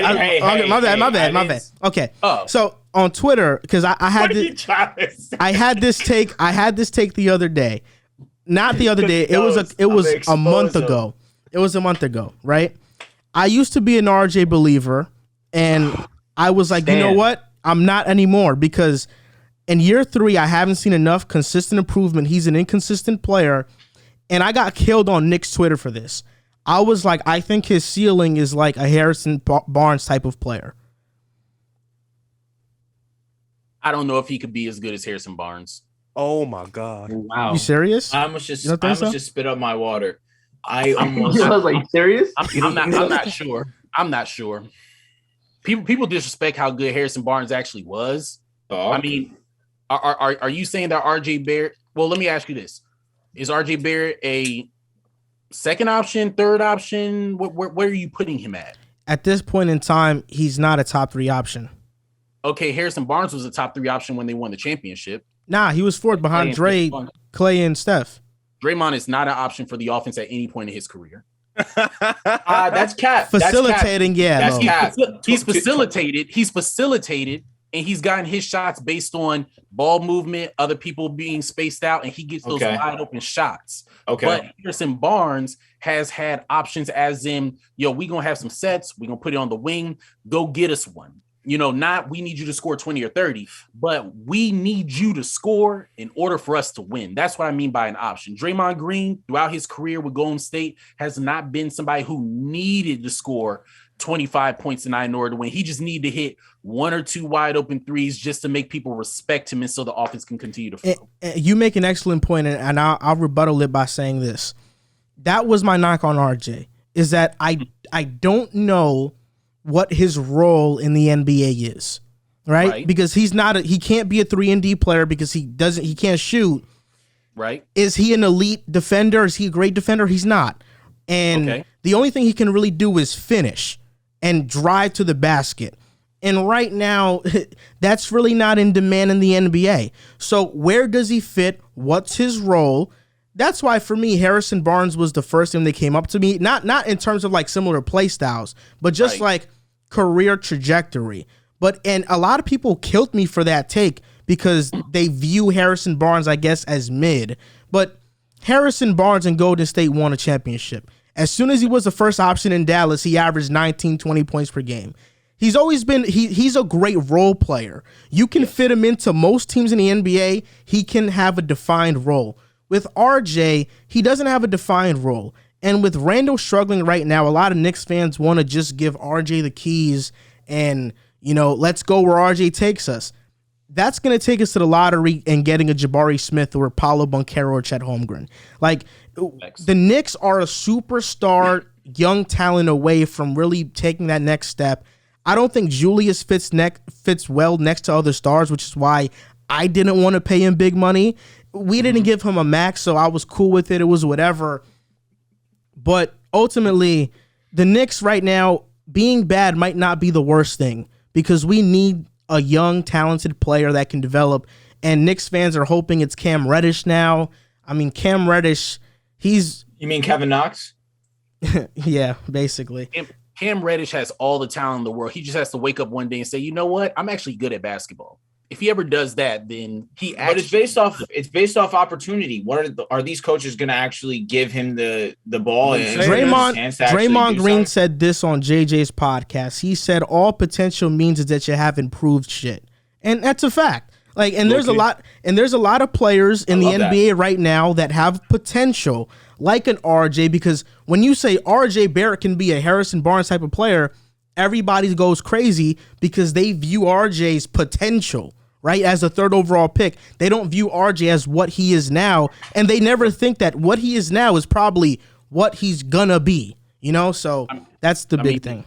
The sick part of how I think is I never projected him to be anything.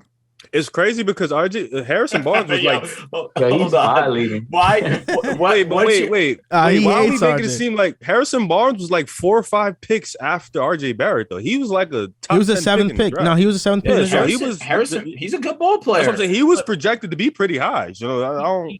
Harrison Barnes is projected to be high, but the thing that I'm saying is you have to look at how these guys play. When you look at Harrison Barnes and what draft pick was he? You say he was 7? 7th, yeah.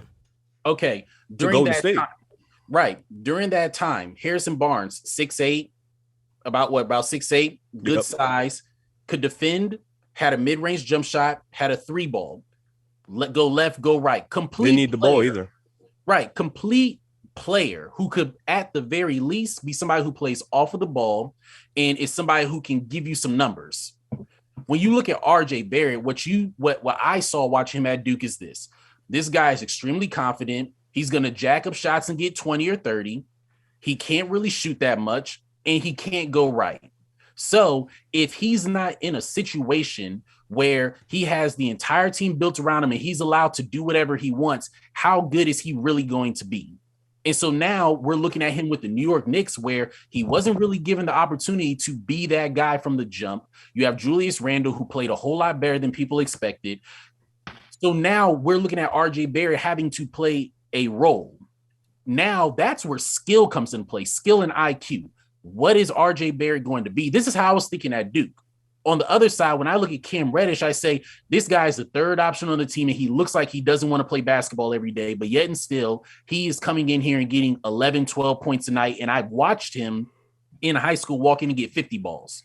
So I am more willing to believe that if Cam Reddish had the opportunity that RJ Barrett had, which is still not a opportunity where everything is built around him, he probably would produce more than RJ Barrett would right now. Because he can still shoot, pass, and dribble. He does lock up low key. He's 6'8" to 6'9". You know, he just needs a little bit more of an opportunity. He's playing next to Trae Young. Trae Young is the guy. Nobody's mad at that. You got John Collins, who's going to be in there doing his thing. You have Bogdanovich, and you have Herter, excuse me. Yeah, who, you know, you have a lot of other guys out there who, one, can score, two, the offense is more suited for them, and they're just more confident in their game. So Cam Reddish is going to take that back seat. So that's my thinking. But I never looked at RJ Barrett and said to myself, like, we got the same thinking. We here. This one's the guy. As much as I hope RJ pans out, I will say this. It is disappointing where he is right now, and I've mentioned this before. You look at the 2019 draft class, the players who that were picked after him. I'm not talking about John Zion. I mean, Darius Garland is far better. Tyler Hero is far better. DeAndre Hunter has a role. I would say they're around the same, but, you know, he has a defined role. Jordan Poole now is better. Like, Jordan Poole has developed into a better player, nice. And I think I'm forgetting a couple players. I think I may be forgetting a couple players, but if the Knicks had a Darius Garland or if they had a Tyler Hero, I have no doubt in my mind right now Tyler Hero is scoring 23 a game with the Knicks. No doubt in my mind. No doubt. Darius Garland is doing with the Knicks what he's doing in Cleveland. It'd be a perfect pick and roll duo with Julius Randle. So that's where he's averaging 22 right now with the Heat, something around that. It's like, imagine the bench, you actually gave him number one touches.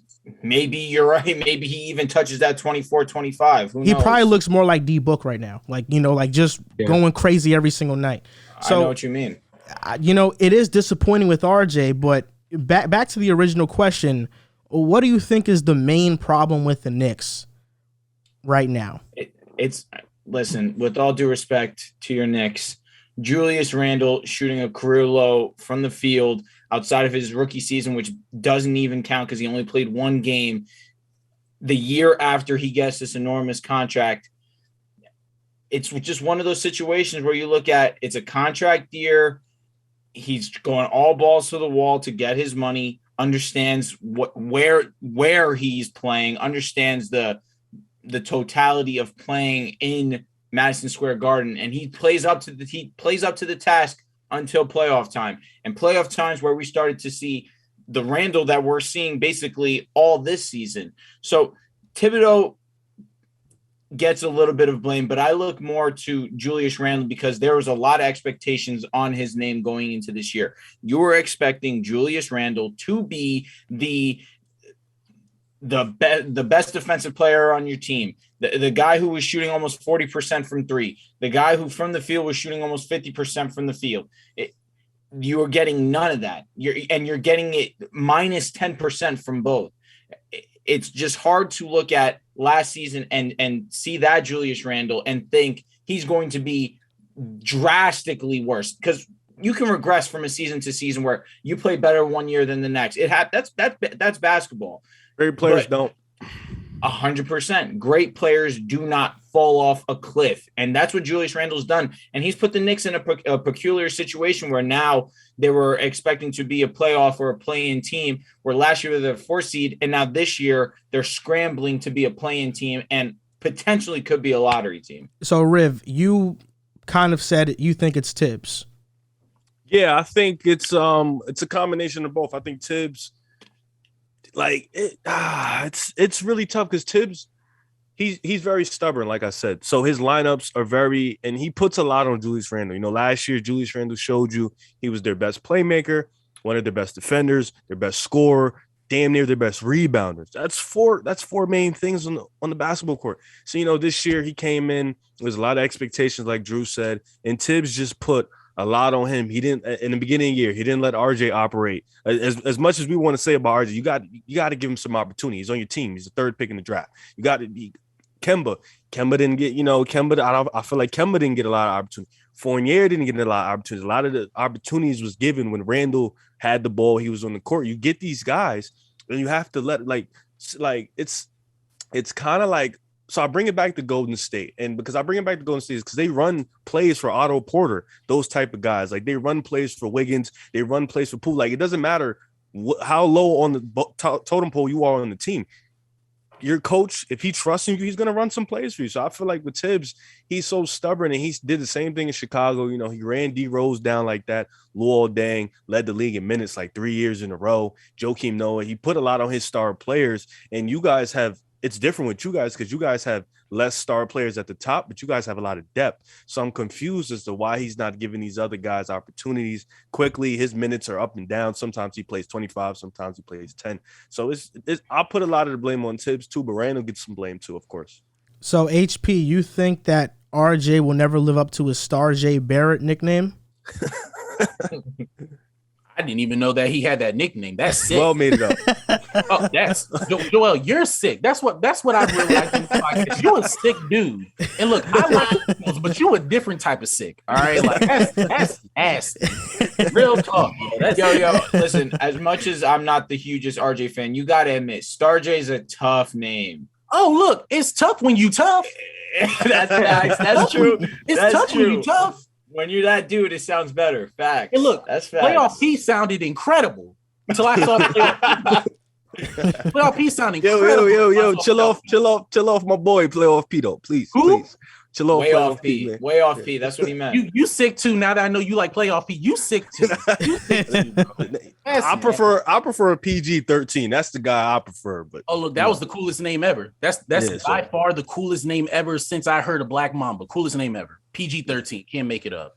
I'm curious to hear your thoughts on this, HP, because knowing that you talk a lot about opportunities and coaching and all that type of stuff, Tyronn Lue is someone who has really maximized his roster with not a lot of talent. PG has been out for a lot of time. Kawhi has been out. You look at the Clippers right now. Marcus Morris has missed half of their game. Serge Ibaka, Nick Batum, PG. Kawhi hasn't played. He's winning with guys like Reggie Jackson, Luke Kennard, Terrence Mann, Zubac, Brandon Boston, Amir Coffey, like Eric Bledsoe. Do you think that Tyronn Lue should get Coach of the Year buzz? And even if he shouldn't get it, what are your thoughts on just the job he's done all season? I think that Tyronn Lue, I think he deserves definitely some buzz without a doubt. I'll be the first one to say I didn't think Tyronn Lue could coach. I didn't think he could coach for a very long time, even when he was with LeBron, because I look at it as LeBron was the coach and Tyronn Lue just kind of was his boy and, just kind of let him rock out. This is the first year where I actually look at Tyronn Lue and I say, yo, like, I was wrong. I was for sure wrong. He can coach. He's doing a lot with, I won't say nothing because that sounds disrespectful. He's doing a lot with way less than he was supposed to be having. They're the fourth, or where are they? Fifth, sixth in the West right now. Currently, they're seventh. They're in the play-in right now. They're hunting. That's way better than what I expected, especially with Kawhi Leonard being completely out. Paul George, was killing earlier in the season, but now it looks like he's not going to be in for the rest of the season. Possibly, he's doing an incredible job. Do I think he deserves Coach of the Year? I'm not sure. But his name definitely deserves to be in conversations. I'll admit that for sure. And I was wrong. I want to be on the record to say I was wrong. Tyronn Lue can coach. He can coach. I'm wrong. And what about you, JC?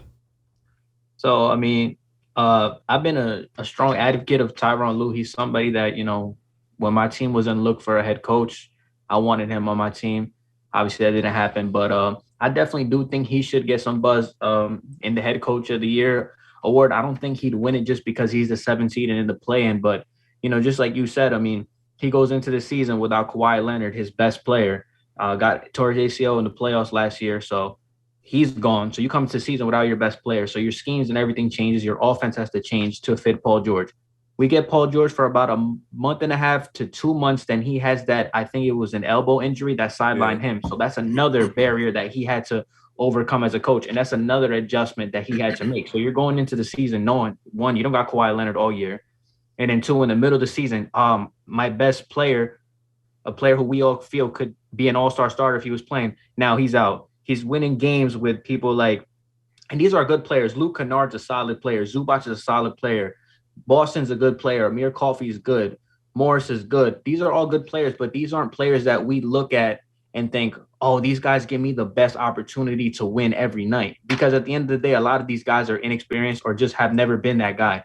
So the fact that he has them as the 7th seed in the West, being that he doesn't have his 2 best players, I think that's amazing. I don't think he'll win just because of the position that his team's in, his 7th seed. I don't really remember a coach winning Coach of the Year in any circumstance under, I think, the 4th seed or 3rd or 4th seed. So he's probably not going to win the Coach of the Year award, but do I think that he deserves some buzz? Absolutely. You go into the season without Kawhi, Paul George goes out midway, you're winning with players that you have to put on the fly, young players, and you have them at 24 and 25, 7th in the West.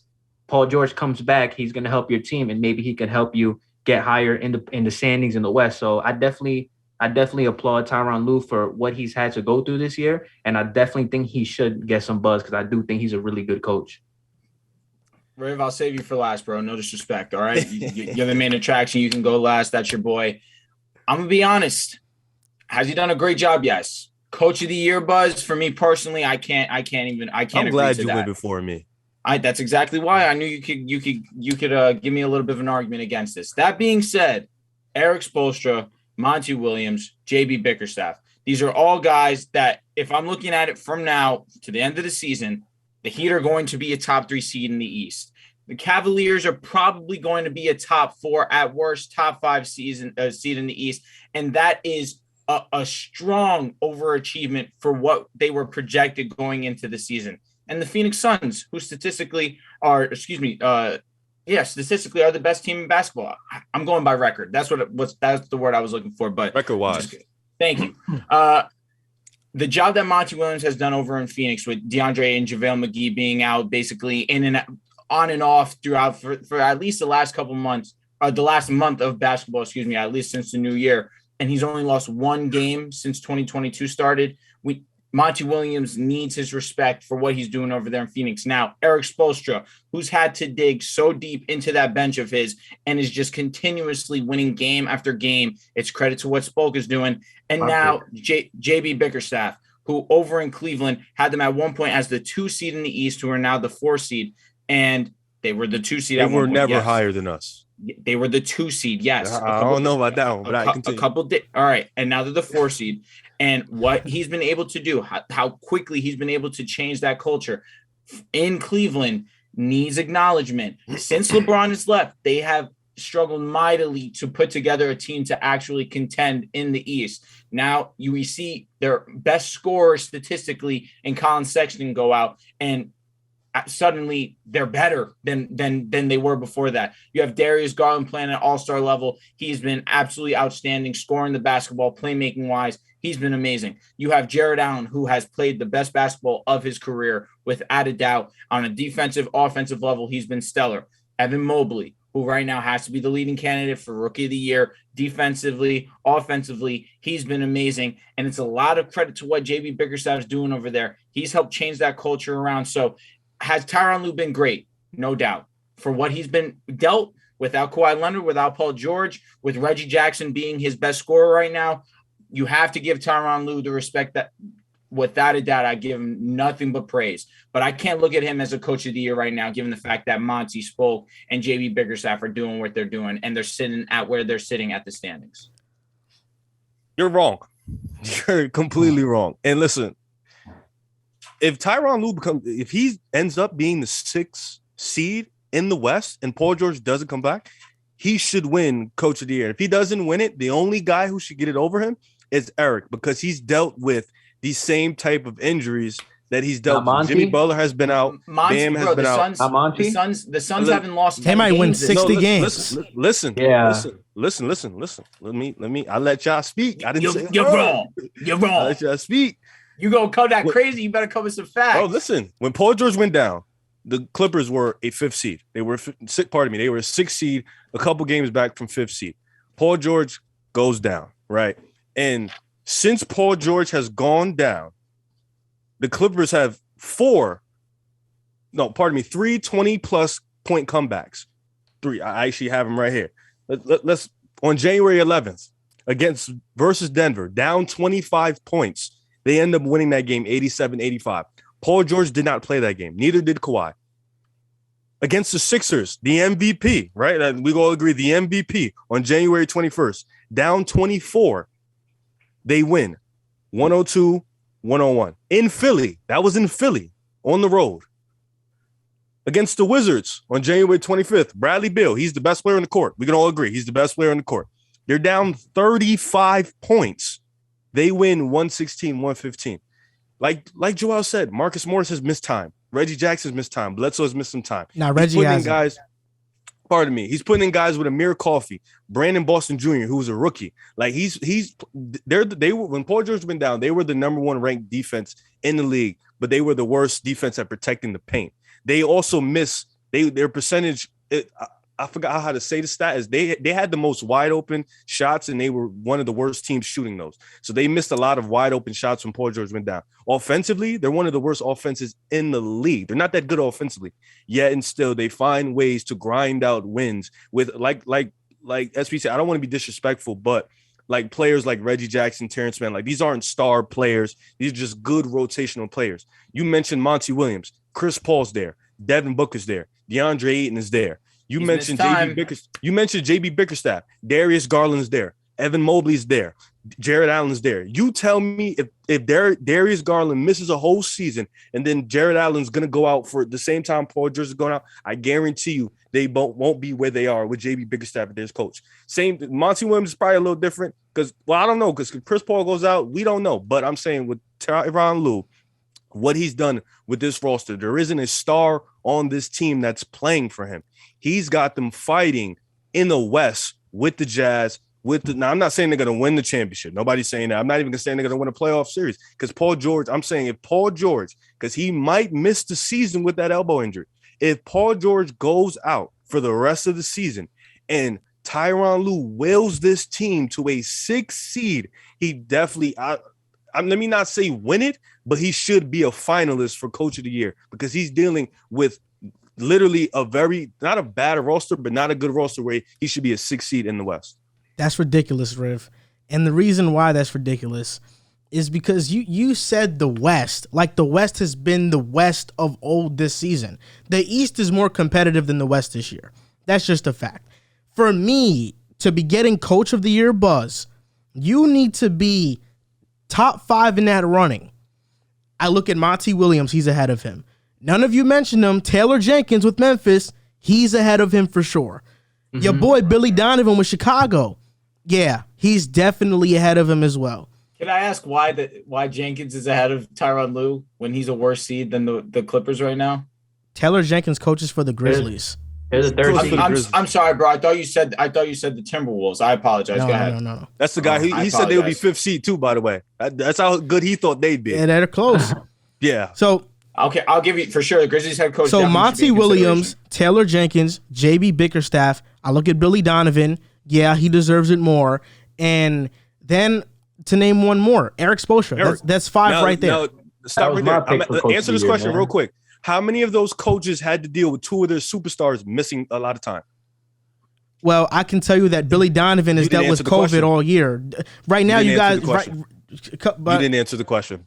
Well, Bulls none of them have had COVID too, bro. Thank you, JC. We had our games postponed. We didn't have to play with our 2 stars. We just had our games postponed. Yeah, Tyronn Lue has had to walk out with lineups. He's literally starting Amir Coffey. You didn't know who that was prior to this season. He's literally starting. I knew who Amir Coffey was. All right, Riv. Basically, the argument you're making, is basically a similar type of argument that you made last year of why Steph should be the MVP. No, what I'm saying is when Westbrook made history, right, and when he averaged a triple-double and he won the MVP. Before that, the MVP was you had to be probably a top 3 or 4 seed in the league, and you had to be on the best team or one of the best teams in the league while playing at that level. Westbrook wasn't that. What I'm saying you still have to. Westbrook just averaged a triple-double, which what I'm saying is what Tyronn Lue is doing, the type of adjustmts he's making on a daily basis, the type of rotations he's putting out there.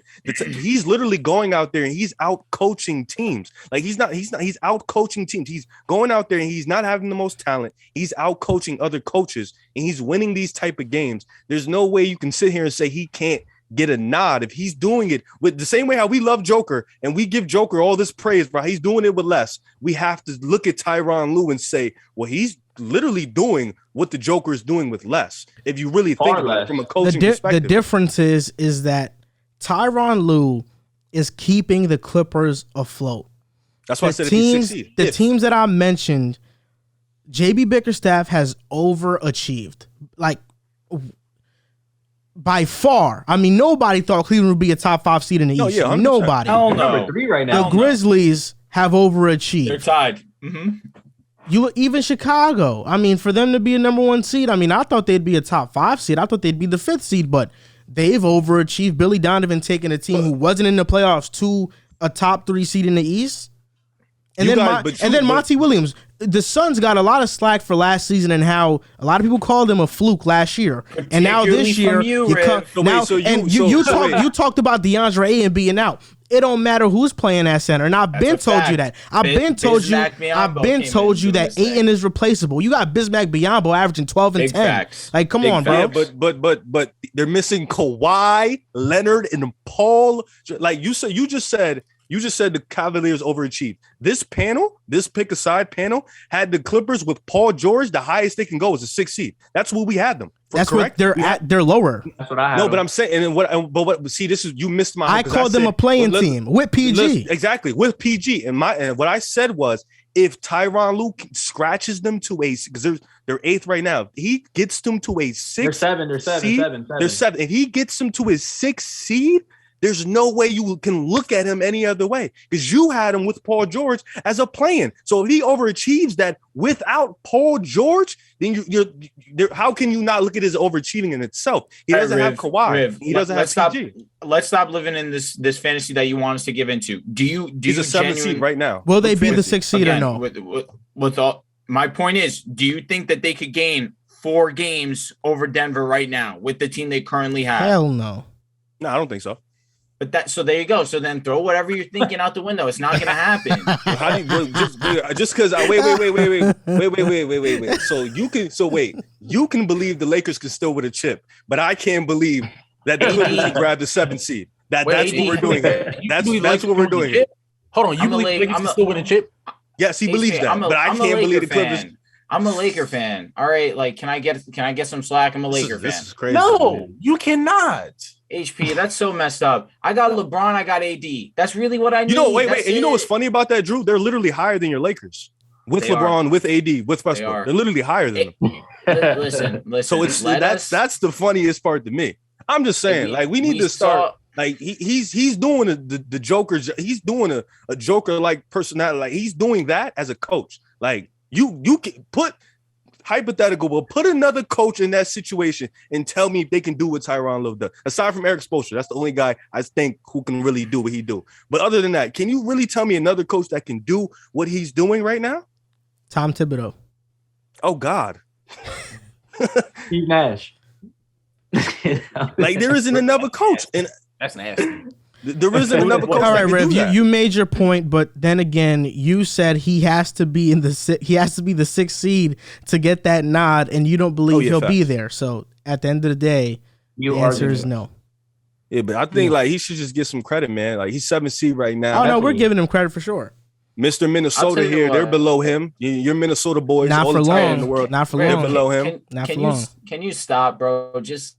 Can you stop hurting our feelings? You're trying to belittle our teams that we like, bro. Just I'm saying, Kawhi not there, PG not there, they're still winning. What's your excuse? Literally.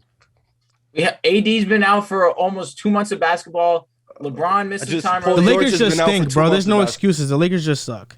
Yeah, stop. Yeah. Stop being mean, guys. So before we move on to the next topic, a quick word from DraftKings. 4 teams remain in the NFL playoffs, and that means only 4 teams left for you to bet on at DraftKings Sportsbook, an official sports betting partner of the NFL. Counting down to Super Bowl 56, new customers can get 56-1 odds on any team. Bet just $5 and get $280 in free bets if your team wins. Not a customer, you can experience a conference championship with same-game parlays. Combine multiple bets from the same game for a bigger payout. The more legs you add, the more money you can win. DraftKings is safe, secure, reliable, and best of all, you can deposit and withdraw your cash whenever you want. Download the DraftKings Sportsbook app now. Use promo code TBPN and get 56-1 odds on any NFL team. Bet just $5 and win $280 in free bets if your team wins. That's promo code TBPN for 56-1 odds at DraftKings Sportsbook, an official sports betting partner of the NFL. After our promo, we always start out the next segment with This Week in the NBA. This Week in the NBA is anything you saw this past week that piqued your attention and is not on the topic list. For me, it's Bradley Beal having his yearly blaming my teammates for why we suck so much and basically throwing a tantrum, throwing a temper tantrum out there, even though he chose to stay there. He said this after the 35-point loss to the Clippers. A lot of my teammates are fighting for minutes for survival, trying to stay in the league. It's tough to manage that because everyone has a different agenda. While I do think Beal isn't entirely wrong, for you to be the best player on the team, for you to shoulder a superstar type of load, that is the worst thing you can say to the media. And At what point does Beal take criticism for averaging 7 points lower than he did last season? His efficiency is far worse than it was from last year. And the players that he's playing with, I wouldn't say are like survival guys. Like Kuzma, with the Lakers, he underachieved, but he's averaging 16-9. Harrell's averaging 14-7. Dinwiddie just got paid. He doesn't need to survive. He just got paid. Like, I don't know what Beal is really talking about. Every single year, he goes out and he basically throws out these fits to the media, and there's a bunch of pictures of him looking sad on the sidelines because they're losing. The only year I give him slack is 3 years ago when he was averaging 30 and the team was completely trash. But when Westbrook got there, he threw the same fit, and now this year with a team that has a lot of depth, the Wizards were good to begin the year and they've fallen off. I'm not giving him the benefit of the doubt this time. I've said it before. I don't think Beal is a superstar player. He's an all-star level player, that's for sure. But I think people, because he was averaging 30 the past 2 seasons, kind of put him in this realm with other top guys, and I just don't think he's there. All right. My inside the NBA moment, Carmelo Anthony. You know, I'm not really a fan of Melo, but I got to show him some love here. You're a Syracuse fan and you don't like Melo? I was literally 5. But where's the correlation? I was 5. You got your only chip.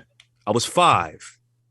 You have no loyalty, man. I was 5. Why is nobody listening? I became a fan in like, oh no. All right, bro. So you're a Bulls fan. Whatever Jordan did's irrelevant. No, what the hell?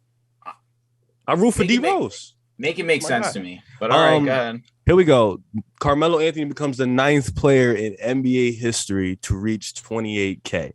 And I think that, for him reaching that, as great as he is, people have given him, me included, have talked about his lack of defense, his lack of not passing the ball. But one thing I can't take away from Melo is he's one of the greatest scorers of his era, one of the greatest scorers the game has ever seen. He had almost every move in his arsenal, from the post-up game to the mid-range to the three-point shot. He was as clutch as ever. And he brought a lot of that glory to the Knicks, and their best games came from Melo in the Garden, especially one I can remember hitting the 2 big threes, one to force OT and one to win it. His Denver days, his athletic days in Denver, where he was dunking on everybody and he was dueling with Kobe in the WCF.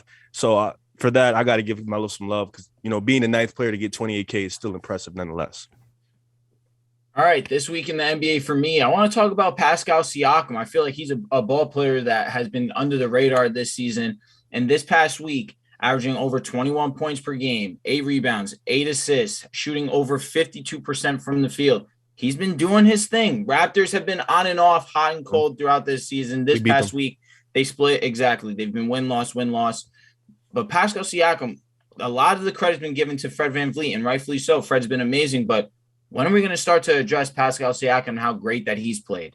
Throughout the season, he's been shooting over 48% from the field. Underlooked part of his game has been his facilitating, average over 5 assists per game this season. He's a 22 and 8 per game type player right now. Pascal Siakam is becoming the most underrated player in basketball very quickly. For my this week in the NBA, I'm highlighting a historic day that happened, I want to say a couple of days ago. I'm a little late on this, but it was the anniversary of Kobe Bryant scoring 81 points in a game. That's the 2nd highest scoring performance in NBA history. That's one of the many career memories that we have of Kobe Bryant. The box score of that game, Kobe obviously had 81.6 rebounds, 2 assists, went 28 for 46 from the field, 18 for 20 from the free throw line, and went 7 for 13 from the 3-point line. Kobe finished the game with 81 points. The Raptors as a team through 3 quarters had 85 points. And the Raptors as a team through 4 quarters had 104 points. And they only outscored Kobe Bryant by 23 points. That's the 2nd highest scoring output in NBA history. There's not much that you can say about that game. Devin Booker flirted with it with 70 points. It's going to be a hard record or 2nd place record to beat because 81 points, it's hard to even do that in 2K in a video game. So how much Booker had? 71. Does anybody know who's 4th or 5th? I believe. Now, I do have a statement. if Klay Thompson plays the fourth quarter the way that he was playing, it's not impossible to think he would have not gotten close. Like he would have. What did he have? What did he have? Didn't he have like almost 60 through three quarters? Yeah. I mean, you could say that about him and Steph, bro. They both be wilding. In my opinion, again, this is Steph had 50 and 3 quarters. In terms of hot, when the two players are hot, Klay Thompson is arguably the greatest basketball player to ever touch a basketball when he's hot. We see Klay get into these I'm taking moments Kobe when he's hot all day. Bro, Kobe scored 50 in 4 straight games, bro. Just think about the efficiency that Klay has when he's hot. Bro, Kobe I understand, scored 50 in of course, but he's averaged 35, scored 81. Nobody's saying Kobe when he's hot. You're missing the point of what I'm trying to say, because Kobe was getting the ball. Kobe was getting the ball regardless. 100%, you're right. Without a doubt, 100% agree. But when Klay gets into one of those modes, he's a different type of ball player. I'm here with you, but there's nobody hotter than Steph when he gets hot, bro. Come on. I disagree. Wholeheartedly believe that Klay Thompson, when he's hot, is a better ball player than Steph Curry. Is he just hotter? Like, he's not a better ball player. Oh, no. 100. When Klay has those out-of-body performances, that's exactly what I'm saying. When he gets to that place where he's just outer body, he's just going with the emotions, and the game just takes over. He is different. 37 and a quarter, like you mentioned, 60 through 3. No, he had 29 and a quarter too. No, you're highlighting. No, you're highlighting the signatures, but I'm saying Steph does that. Like, he doesn't have those, but he does the 40s and the 50s, and he just gets hot more consistently to Klay. Is why I'm saying I think when Steph gets hot, there's nobody better than him, because he can rack off 40-point games consistently. Like, Klay has the signature moments where he's like, oh shit, 37 and a quarter. Like, he has those grand, but Steph does that on a consistent basis, bro. It's tough. I mean, because Steph is going to get the basketball. Clay's going to get his for sure, no doubt about it. But he is not getting the basketball fed to him more often than not than what Steph and Kobe is. That's what I'm trying to say in the grand scheme. I'm not gonna lie. Like, he did it on 4 dribbles. He had 33. A team outscored Kobe Bryant. A whole team only outscored him by 23 points, and he was on par with them through 3 quarters. It's Kobe Bryant, like, of course, we're talking about. Nah, but I understand. You know, I think you guys took it way too far. Drew was just throwing out an hyperbole out Kobe, there, bro. Yeah, that's really all it was. It's like Klay Thompson, when he gets to a different mode, he's a freak of nature. But that's what I was saying. We were talking about Kobe and like who's one of those that got close. Guarding Kobe? Who was guarding Kobe? Jalen Rose. Hold on. I got a question for HP. What did you think about Kobe's performance? And do you agree that Klay Thompson, when he's the hottest, is the best player in the NBA or ever? Hell no. Hell no. But I will say that there are very few people that you can actually name who can do what Klay does when he's hot. They're very few. Like I don't think that KD can get into a mode like that. I think Kyrie might be able to. Ooh, I don't know. He might be able to, but I don't even know if Kyrie can. Bron cannot. Like, who can, in your opinion, HP? Then Ray Allen, Kobe, he's the only one. I think Ray Allen. Yo, if I want y'all to really, like, if you go watch that Boston versus Chicago game, oh my god, where Ray Allen knocked on 12 threes, like, he was on a, like, oh my god. So Klay had 14 threes in the game. So HP, what's your week?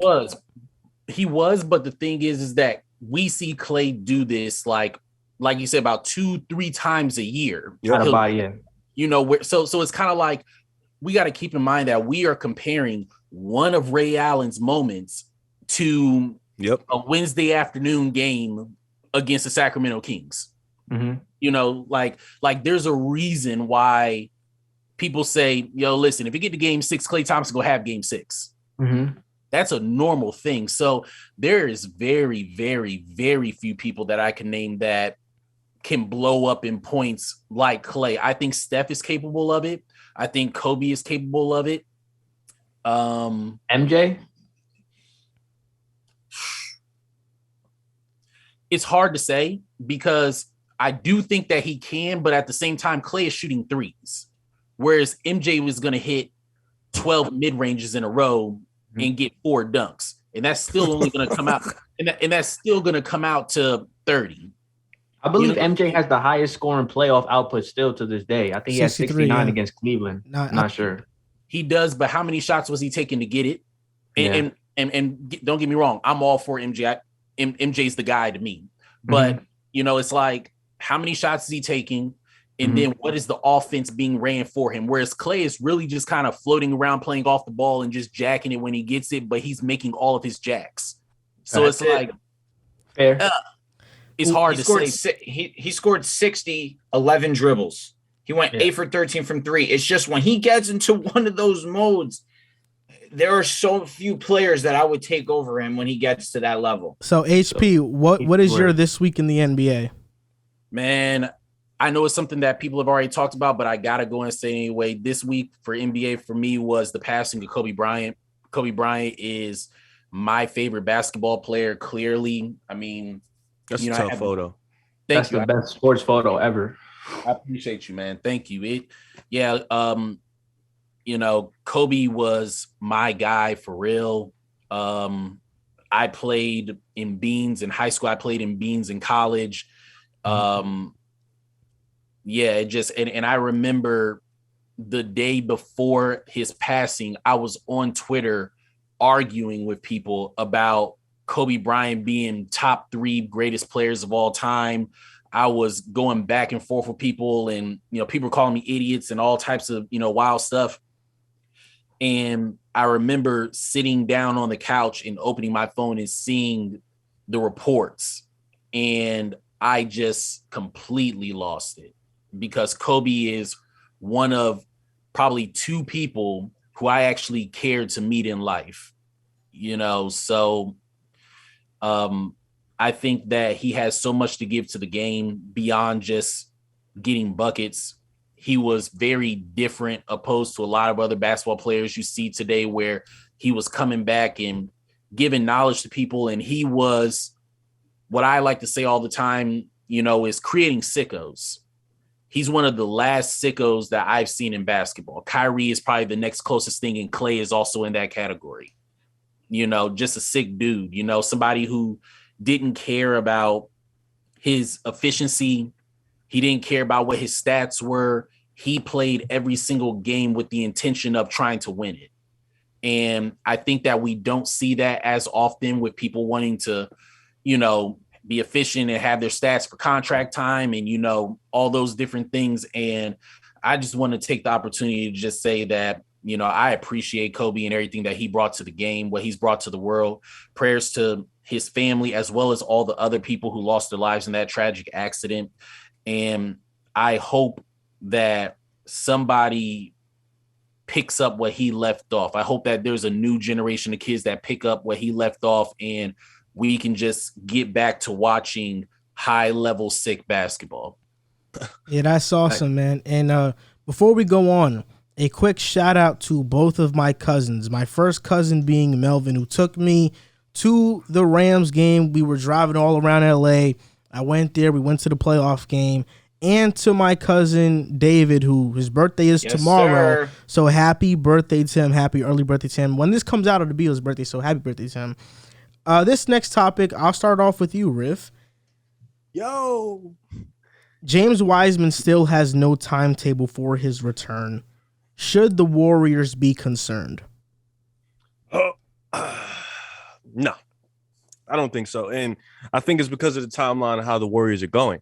I think with a big man who suffers a knee injury that early into his career, I think you have to take the time and you have to kind of like play it out. I don't think you should rush him back, because something like that could be very severe for a big like that. And I think the way this team is projecting, this team is probably going to finish either number 1 or number 2 in the West. This team is probably going to finish with a high seed. Clay's back, and their small ball brand of basketball, it works, So I think and Draymond's going to be back soon too, So I think having Draymond is incredible. I think Wiseman, he's only really not saying he's not going to be, he's key for the future of the Warriors. But for right now, he's only really needed to play bigs like the Joker, and they won't really see the Joker. I think we had a segment before when they played the Suns, they still dominated the rebounds, regardless of the other team having DeAndre Ayton and JaVale McGee. So, and with Utah, Rudy Gobert poses no real effect to them because they're a three-point shooting team and they go small, and that's something that affects Utah.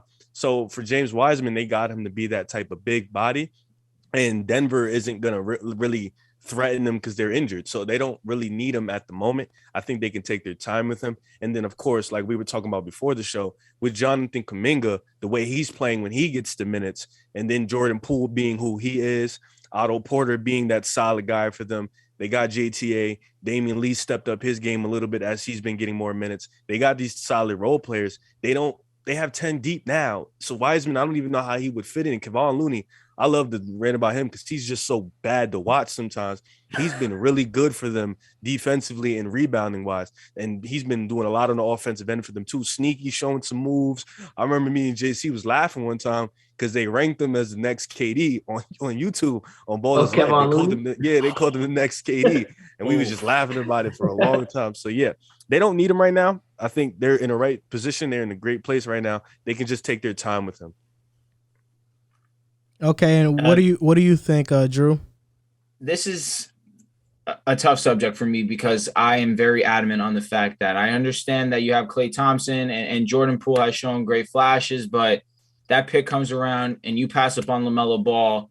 To me, it's inexcusable. I'm sorry, bro. It's inexcusable. You passed up on LaMelo because you thought you had depth at the position, which is fair. You have Klay Thompson, you have Jordan Poole. Klay Thompson's getting older. He was coming off a torn ACL.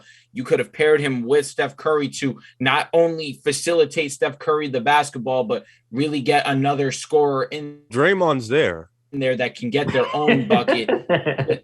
No, this is a serious question. Drew, let me ask you a serious question. But what does that have to do with LaMelo? No, that's what I'm saying. Let me ask you a question. If LaMelo gets drafted, right, what does Draymond's role become? It's still the same thing. Now you have another LaMelo. If LaMelo is essentially drafted to play that role, but you would have another ball player that can do it. So now who do you can't either way. You're right, JC. Yeah, bro. Either way you shape it, it's who you're going to be more focused on LaMelo, obviously, because he opposes more of a threat offensively, which is only going to allow Draymond Green to be even more meticulous with what he wants to do on the court and just gives him more ability to do so. I don't think you're wrong, Drew. I don't think that the Warriors needed that position. They didn't need LaMelo. They didn't need it. But I understand why you still drafted because LaMelo's going to be a star. I thought a bigger miss was Onyeka. I think Onyeka has already shown that he's one of the better defensive bigs in the NBA. Even though Wiseman has more potential, Onyeka has already shown those flashes for Atlanta. He guarded Giannis in the playoffs like better than Capella, and he was really great against him. I'm worried about James Wiseman. He hasn't played much basketball in 3 years. He missed his damn near entire year at Memphis. Last year, tears his meniscus, I believe. Yeah, out last year. Now, this year, he might be out the entire year. Kerr has talked about how he adds a lob threat to their team, but when you watch Wiseman play, I think a couple things stand out. For one, he still doesn't understand the Warriors system, which isn't a knock because it's a difficult and complex system. It takes some time to understand it and to know how to play with Curry and Klay and Draymond. But I also don't see that dog in Wiseman. I don't see him as one of those guys that really wants to get after it on a nightly basis. He's kind of laid back and, nonchalant. So I'm worried about his injuries because these injuries at his early age is concerning and he hasn't played much basketball. I don't think the Warriors need him, but if he lives up to the second overall pick, then that is just an added bonus to what the Warriors already have, and it takes them a step above for sure. But do you see that right now? Do you see him being as good of a ball player as Anthony Edwards or LaMelo Ball by any stretch of the means? Honestly, for me, I don't think Wiseman, because he's in Golden State, doesn't need to be that. He needs to be Andrew Bogut. That's what I compare him to. He needs to be him number 2 overall. Bogut was the number 1 overall pick, and I understand. Let me ask you this. Do the Suns regret drafting DeAndre Ayton? That's a good question. They didn't draft Luka or Trey because of him. But for as replaceable as he's been able to be in hindsight, I'm sure the answer would be yes. I think the Suns are fine. I think they are Ayton, fine. They're Clearly, fine. record-wise, they're fine. No, but yeah. I'm sure they would love For Luka. me, They would love Trae Young. I think Golden State doesn't care that they didn't draft LaMelo and Edwards was the number 1 pick. So, they couldn't draft him anyway. I don't think Golden State cares if they didn't draft LaMelo if Wiseman at least becomes a solid big in the NBA. Yeah, and to add on to that, you mentioned Wiseman doesn't have that dog in him, but Jordan Poole and Kuminga do.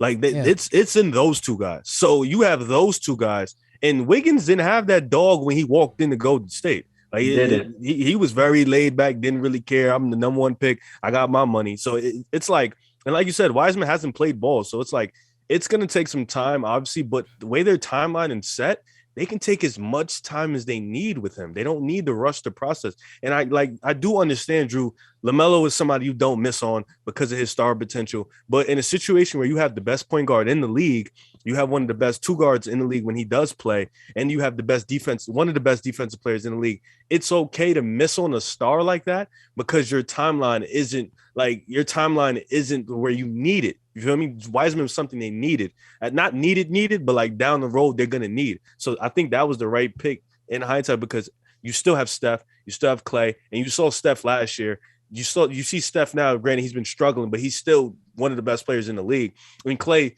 as soon as he gets his feet under him, he's still one of the best 2 guards in the league. So, and Draymond's still one of the best defensive players in the league. So even in hindsight, you don't really need Wiseman to be that just yet. I agree. I think that I think that they don't need Wiseman right now. They don't need him to be a number 3 or number 2 pick-esque player. I think that really what they need him for is, like you said, really just to kind of guard the bigger, more dominant centers in the league, such as the Jokic if they ran into him, an Embiid if they ran into him. They're all out East. Say that again? They're all in the East.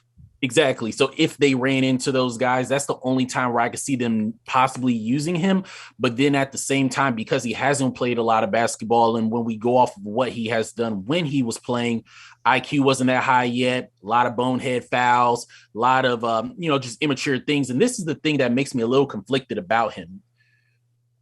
I don't think I've ever seen a true 7-footer as athletic as him not block shots.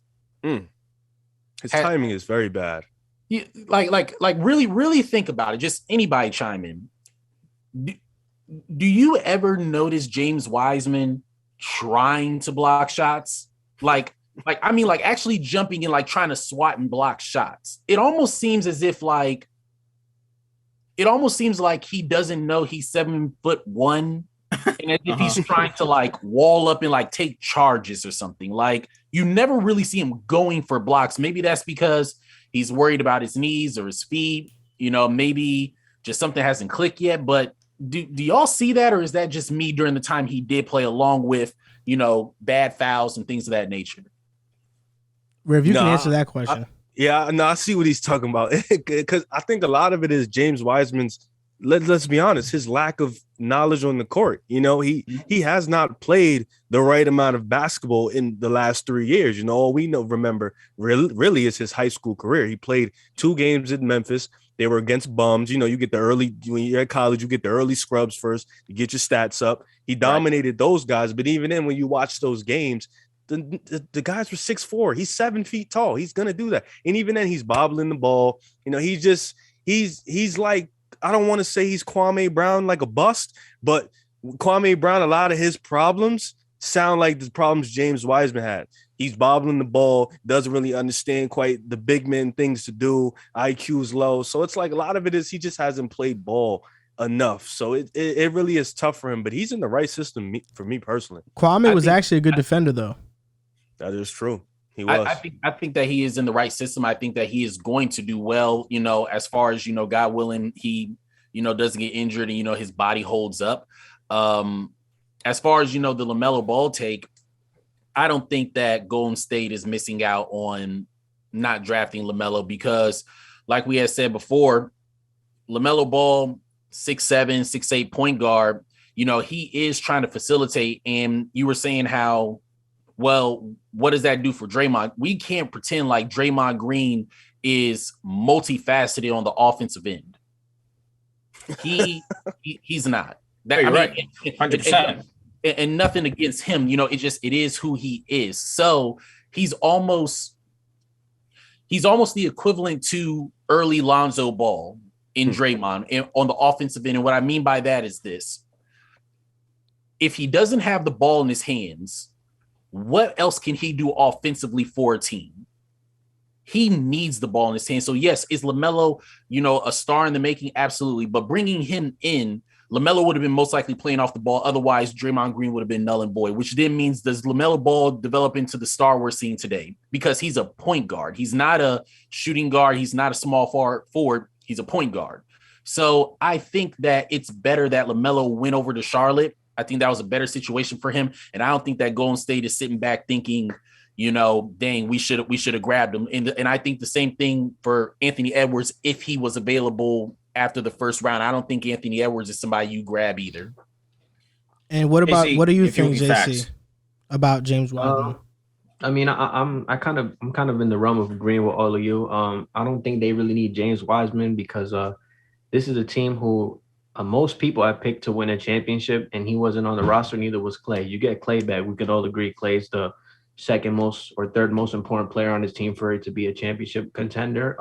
I think Kevon Looney is fine for right now at the center. He's somebody who understands the system that they run. He's a solid defender, doesn't need to do much. But what I will say about James Wiseman is the injury is kind of concerning because, like you said, he missed a year of college. Last year, he missed a lot of time. But I feel like James Wiseman, he has to be that Andrew Bogut type of center to maybe not, I don't want to say extend because I still feel like they'll be title contenders, but to furthermore help Golden State's championship window. So like if James Wiseman everything clicks, he's a guy who can grab rebounds. If he can learn how to develop to block shots and get stronger and everything, he's going to be somebody that's going to be with Golden State for a while. And he's going to be somebody that at the big man spot, you don't have to worry about. And he's going to help extend the window for their championship runs. I believe that Andrew Bogut during a lot of their title runs was an unsung hero. I mean, great defender, set great screens, did all the little stuff that Draymond did, not to the level of Draymond, but helping the Warriors in that sense. So for this year, I don't think they really need him. For this year, I don't think they really need him to compete for a title. But in the long run, I would like to see him present with the Warriors because I think he would help their championship window keep extending if he can hit and be that big man. So in the NBA right now, we have the play-in, right? And it doesn't, the 7 to 10 spots, they're not guaranteed playoff spots. So right now, I'm going to name them in the East and West, starting with the East. And you guys tell me real quickly, who do you think is going to make the playoffs out of these teams? So starting off with the East, from the 7 to 10 seed, we actually have Atlanta tied 10th right now. It's the Charlotte Hornets, Boston Celtics, Toronto Raptors, Washington Wizards, and the Atlanta Hawks. Which teams are going to make it in the East? I'll start with you, Riv. Okay, so I think Atlanta's been rolling. Their winners are 5 or 6 straight, I believe. They just beat Boston. Yep. Yeah, 6. They just beat Boston last night, and they finally seem to be clicking. Charlotte, I think they have a good headway in the playoffs. They're about 28 and 22. They just beat the Lakers last night. It was a really great game too. Surprisingly, Westbrook was bugging. Finally, he had a great game. But Charlotte. Anyways, Charlotte is really they're a good team, and I believe they'll get it. I think Washington, because I believe in Toronto. As much as people on Twitter like to say Toronto, they don't have the pieces. I feel like their starting 5 is phenomenal. They fit each other. They gel with each other. They may not have that superstar, but they all play hard. One thing about Toronto is you're going to get a fight every night. They play hard, they play defense, and they're well balanced. So I like Toronto. So for me, it's Washington. The team that's been struggling and dropping since Thanksgiving. Bradley Beal, as much as people love Bradley Beal and the 30 points he put up, he just hasn't looked like that leader. I don't think he's a leader. I think he's a guy that fits behind another star. So I think like a Jimmy Butler can be a leader and he can be the guy behind that, or Chris Paul would benefit with him. I just don't think he's a leader. And Washington just they like they're not playing together. You look at Toronto, they play together. Charlotte, they play together. Atlanta, they're starting to play together. So for me, it's Washington. I don't think in the East, I don't think they're going to make it. So who do you have making it? Oh, I'm sorry. I thought I said it. Sorry. So I got Toronto, I got Charlotte, I got Boston, and then Atlanta. So who do you have? Well, who do you have in the final spots? I mean, Oh, like I'm 7, sorry. 8. I'm saying the whole plan. Pardon me. Oh, I can't count Boston out. Jason Tatum and JB. So for me, it's going to be Boston and Charlotte. Those would be my 2 teams getting in. So those would be my 2. And what about you, Drew? All right, I'm pretty similar with Riv. I don't see the Wizards right now staying in that bubble of the 4 teams. We've seen it as the season's gone on. They started the season off tremendously hot, and I kept it very consistent. This is not the team that they're showing out to be. As the season's gone on, they've come back to reality. They're really playing subpar basketball, and slowly but surely, we're starting to see the Hawks play the basketball that we were expecting them to play coming into the season. Winners of 6 straight. I think that as the season is going to go on, I think Atlanta will find a way to creep into that last play-in spot. The Celtics is a tricky ballgame for me because you look at Tatum, you look at JB. The 2 of them together are one of the best duos in basketball. It's the pieces around them. Who are you going to put around these 2 ball players to really elevate the team to that next level, that top 4 in the East? And right now, they're definitely not that team to get to that next level. And Toronto, I love what they have going on in Toronto. I just spoke about it in my This Week in the NBA and how great Pascal Siakam's been. Fred VanVleet's been awesome. OG Anunoby, Scotty Barnes, top 3 in Rookie of the Year voting. He's been great too. I just think that it's not their year right now. And I look at the Hawks and I look at their playoff experience and I look at them getting healthy all at the right time. And I think inevitably it'll result in them jumping into that last play-in spot. I'm high on Charlotte. I like what's going on over there in Charlotte. LaMelo Ball is one of my favorite ball players. I said it a few weeks back. He has the potential for me at the end of next season to be a top 10 ball player. The way he can facilitate, the way that he can score, his efficiency. He just needs to get a little bit better on defense. And I think I'm pretty confident in him that he will get to that level. I think that this is their year for them to make a push for that play-in and be locked in. They won't win a game in the playoffs. Seven. I'm with you. At the end of the season, 7 and 8, who are going to get those final 2 playoff spots? My 7 and 8 is going to be Charlotte Hornets and the Atlanta Hawks. Ooh. And what about you, HP? I was gonna say the exact same thing. I got Atlanta and Charlotte. And Charlotte going. I think that Atlanta's playing good. They're starting to kind of roll a little bit more now. Trae Young is coming into form. I mean, I just don't expect for them to. I don't expect for them to fall like that. I don't. Like, just looking at the talent, looking at them having a great coach, I feel like they are going to do well. And I think that Charlotte was knocking on the door last year. I think that LaMelo Ball has taken a step in the right direction. Miles Bridges looks like, in my opinion, Miles Bridges could be in the conversation for a most improved player. Who is it? Who am I thinking? Terry Rozier's, doing his thing. I just look at Charlotte and I say, you know what, they're going to come back from their last experience. I think that they can make it into the playoffs, very similar to how the Memphis Grizzlies did with Ja Morant and them. So I have them at that 7th and 8th spot. It's something that I was going to actually say concerning the Boston Celtics comment. It's not working. And whose fault is it? Is it Tatum or is it JB, in your honest opinion? Tatum. Wow. Neither. Tatum. Oh, okay. Neither. Oh, Tatum. I'm with you. I am with you. Tatum. Can I ask why real quick? Can you just shoot me a why? All right. Listen, whatever you say, I'm going to back you because I 100% agree. Have your own opinion, man. Hey, well, listen. Listen, I've been consistent. I like JB more than Tatum. I've said that. I like JB more than Tatum. Oh, you guys should have a picnic. I like JB more than Tatum. I'll tell you why.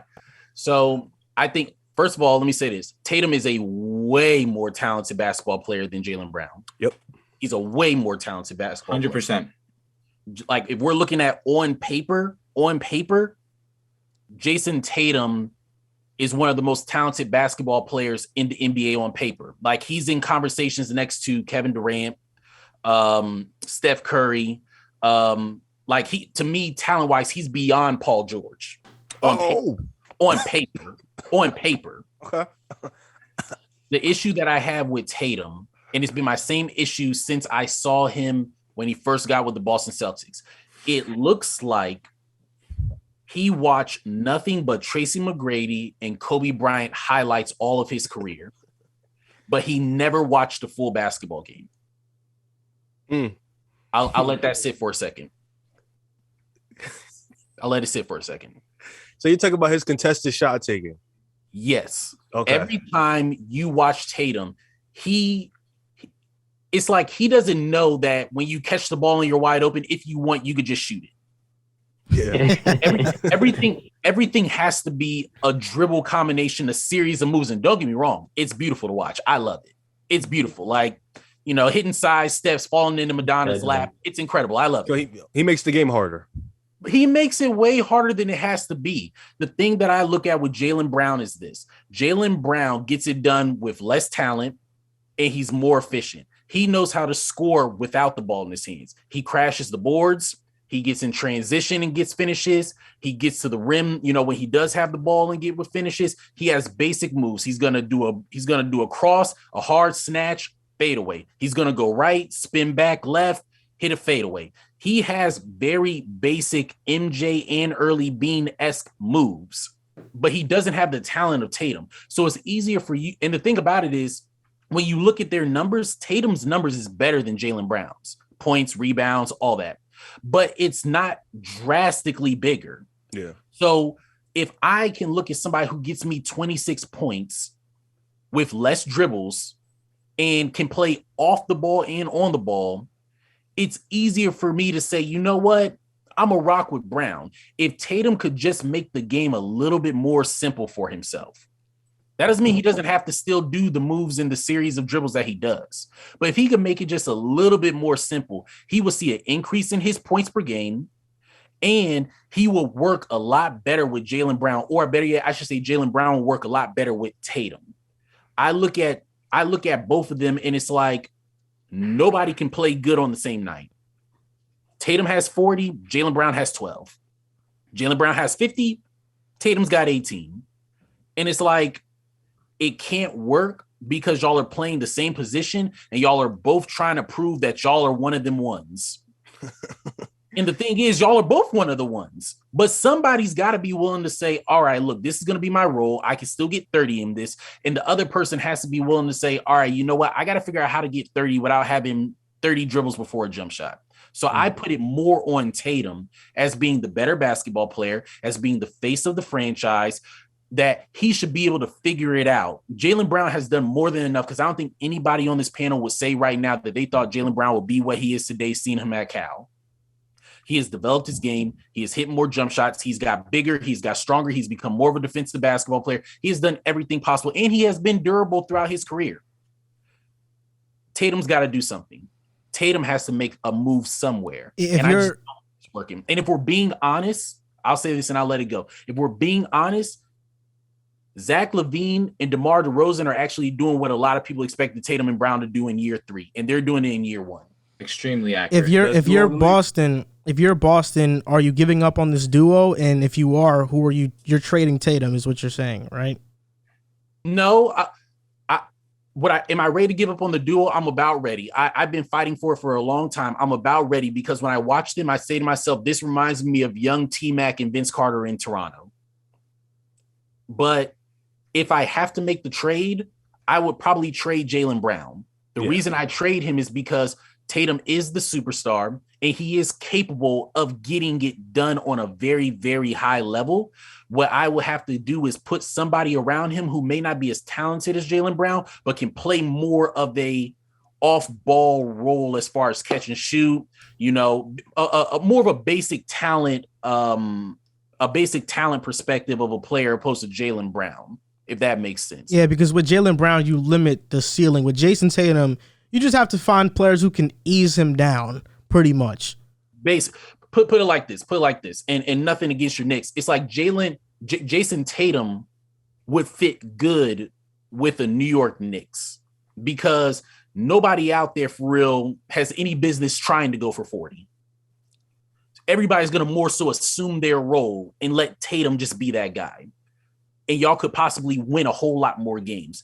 You put Jaylen Brown in that same situation, it's like, can I just give you the ball and say go into a Tatum type mode for Brown and get 50 on a regular basis?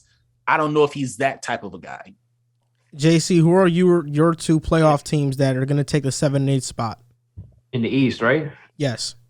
Okay, so first I want to start with my teams that I think are going to be out. I'm off on Washington. They've tanked so much. I feel like they have internal problems with what Bradley Beal said. They're trying to trade everybody, so they're a team that I think they're not going to make it. I'm kind of out on Boston too. We've seen what Boston's been all year: inconsistent, win 1, lose, win 2, lose 2. They're dead even at, I believe, 24 and 24, or 23 and 24 around there. I'm not sold on the duo. I'm with Hoop Politics. I don't think it would work out, and I'm not going to give them the nod to make the playoffs. And then my other team that it was really hard to choose between this team to be out, but I'm going to step out on the Toronto Raptors just for this year. I mean, I wouldn't be surprised if they make it, though. Let's get that clear. I wouldn't be surprised if they make it. I'm out on them slightly. Obviously, the two teams that I see going in are the Hornets. I feel like the Hornets are much better than last year. LaMelo Ball, hopefully he can stay healthy. They're 28 and 22. They have some good wins under the belt. And just as a morale thing, I think last year them getting their butts kicked in the play-in by Indiana is going to make them strive for – it's just going to make them strive for more as a team, and I give them the nod to get in. And then I'm with Drew as well. I think Atlanta's getting in. They've won 6 in a row. They're starting to get guys back that are healthy. Trae Young's balling. I'm on the team right now. This team looks like it's hot, and this team looks like it's primed for a playoff appearance. So my two teams that I have in are the Hornets and the Hawks for the East. I think we all have the same two teams because I'm going with the Hornets and Hawks right now. I've already said it back in like week 1 of the season. I don't think the Celtics are making the playoffs. Washington, I was a bit more invested in, but obviously they've been just a train wreck. And Toronto is a really they're constructed really well, but I don't know if they have the star power to necessarily get over the top like I think Charlotte has with LaMelo and Atlanta has with Trae. So you 4 have picked Atlanta. I think I was the only one that picked Boston and Charlotte. We all agree Charlotte, though. We all picked Charlotte. Yeah. You 4 picked Atlanta. So let me guys, is there any chance that Atlanta can steal a first round series if they see anyone but the Bucks or the Nets? So if they see Chicago, Chicago or Miami, they're not beating Miami. They're not beating Miami. I don't think they're beating either team. Their best shot is against Chicago. That's their best shot. And I think they would lose that in 5-6 games, to be honest. I don't give them more than that. I ain't gonna lie to you. I mean, I agree with you. I agree with everybody. But Trae Young is a nasty dude. I think I wouldn't if they beat Chicago, I wouldn't be shocked though. I wouldn't. Yeah. It's one of those things. It's like I expect them to lose Chicago. Fucking crazy. But look, if you can go into New York and have people like holding up signs saying you are balding. He is balding. Oh, it's atrocious.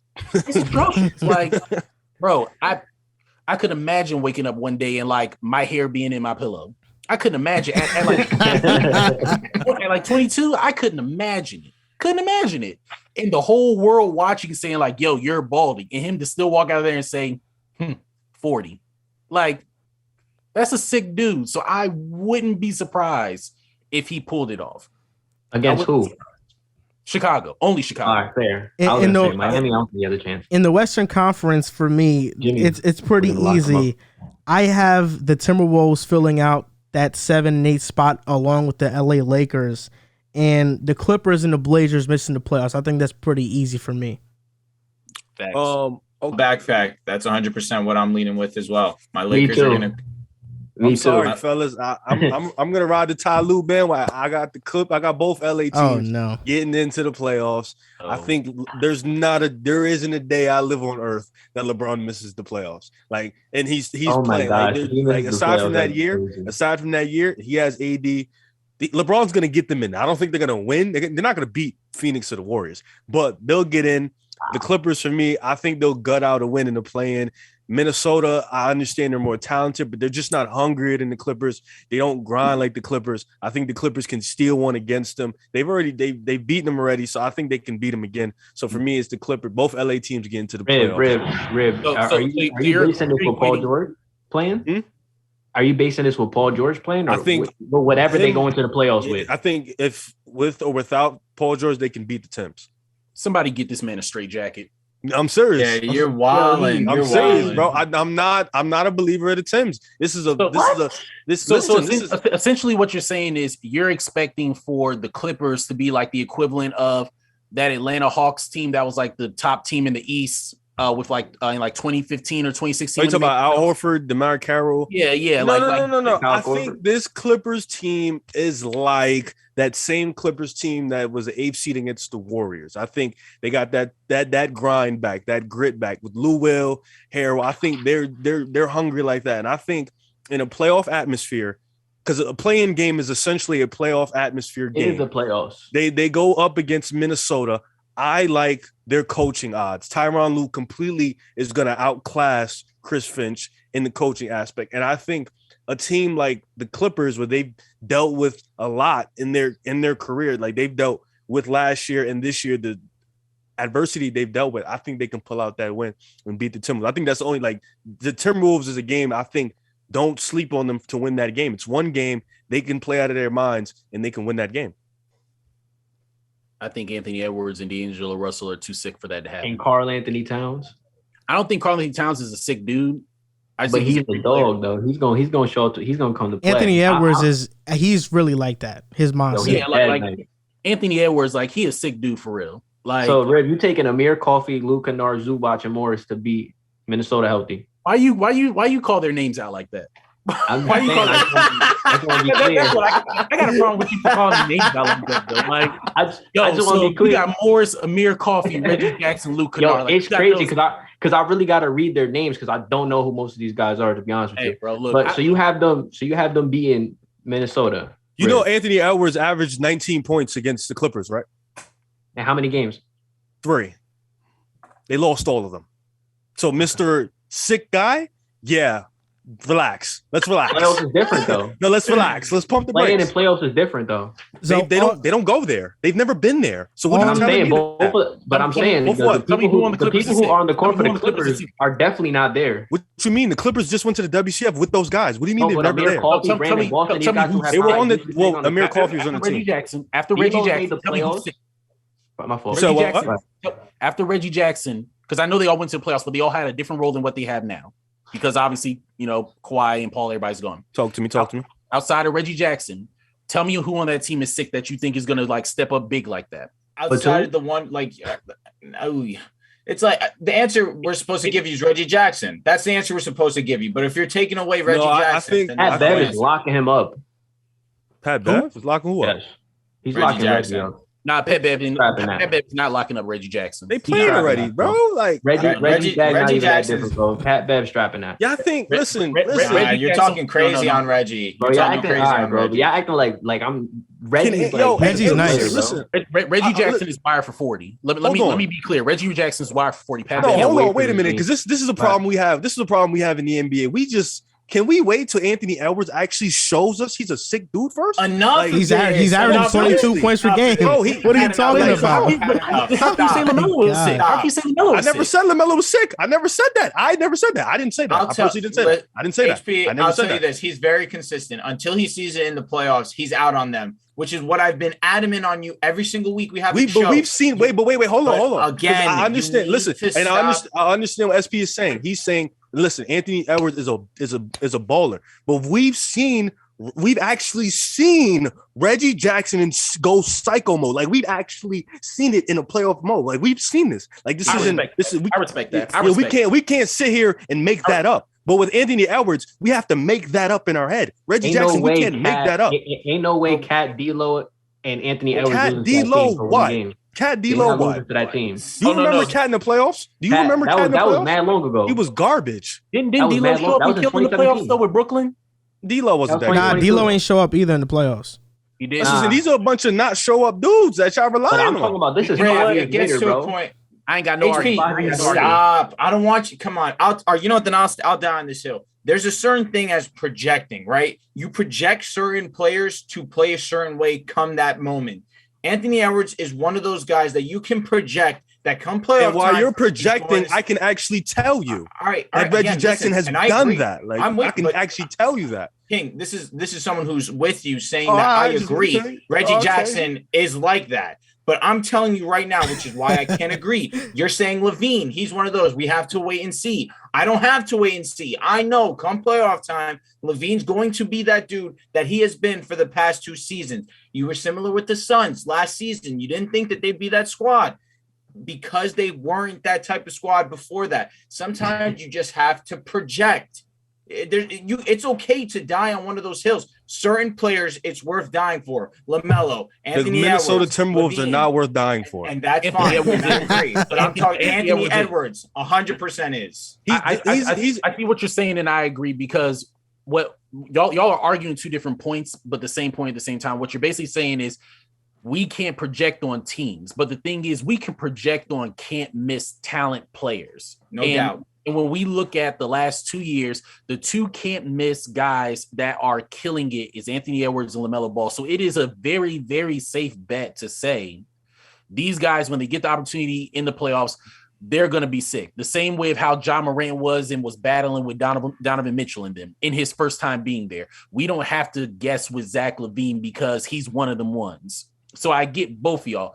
I respect the idea that you don't want to give it to them until they show in the playoffs because I'm that way about certain guys too. I respect that. I can't disagree with either one of y'all for real. And on to the last segment of the podcast. The Memphis Grizzlies and the Cleveland Cavaliers have been 2 of the biggest surprises of the NBA when we talk about young teams and teams in general. But come playoff time, which team do you think has the chance to go further, the Cavaliers or the Memphis Grizzlies? I'll start out with you, HP. Memphis. I got Memphis going. To your point of what you said earlier in the pod, the East is a lot more competitive than the West is right now. I got John Morant being, we need to start having the conversation about John Morant having his own Nike shoe. Like he's looking like that type of a guy right now. I think that you said what? Now it's an inside joke between me and Riz. But yeah, like I think that John Morant's playing incredible, and they're doing a lot of this as well with Dylan Brooks not really being around that much consistently. Facts. I think that coming in, he provides a lot of defense, even though he got killed by Paul George after talking crazy. That was his fault. But but he comes in, he brings a lot of defense. He's going to hit shots. Jaren Jackson is looking really good. The coach over there in Memphis is coaching his ass off. And what's his name? Who's also hitting shots? Desmond Bane.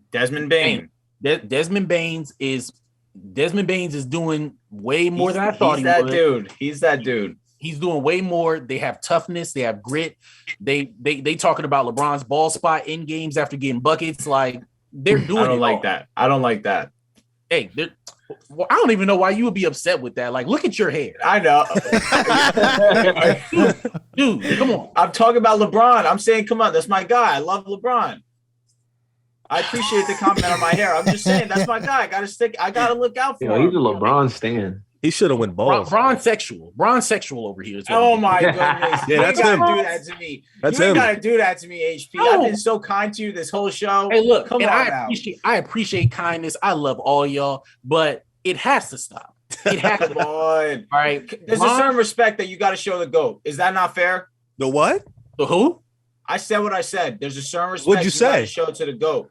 Stop, man. So I think that the Cleveland Cavaliers are not going to make it as far because the East is a whole lot more tough this year. I do expect at some point the lack of experience to catch up with them. I think they're playing great basketball. And honestly, I know this sounds bad. And, to go back to what y'all were also saying, does Colin Sexton come back before the season is over? He can. If he does, then I actually don't think that they're going to make it. The playoffs? No. Oh. They'll make the playoffs. I was about to say, I don't think they make it past the first round. Oh, okay. If Colin comes back, and that's not a knock. So Colin, right now, the Cavaliers would face Philly if the season were to end today. I actually think that's a perfect matchup for them. I think it is.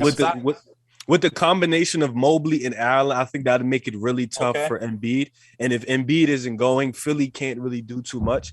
but alluding to the question, I got it. Memphis last year, like you said, Dylan Brooks, he has a problem with yapping at the wrong people. He yapped at Donovan Mitchell. We see how that worked out. He yapped at Steph one game, 40.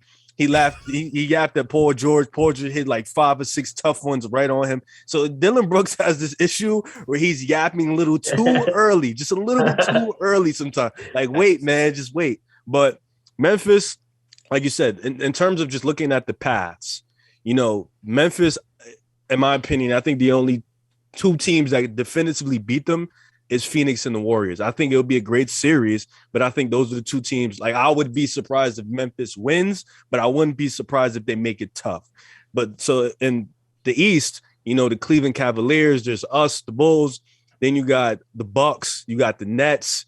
Then you got Miami. Philly's still a tough challenge. So there's just a lot more depth in the East.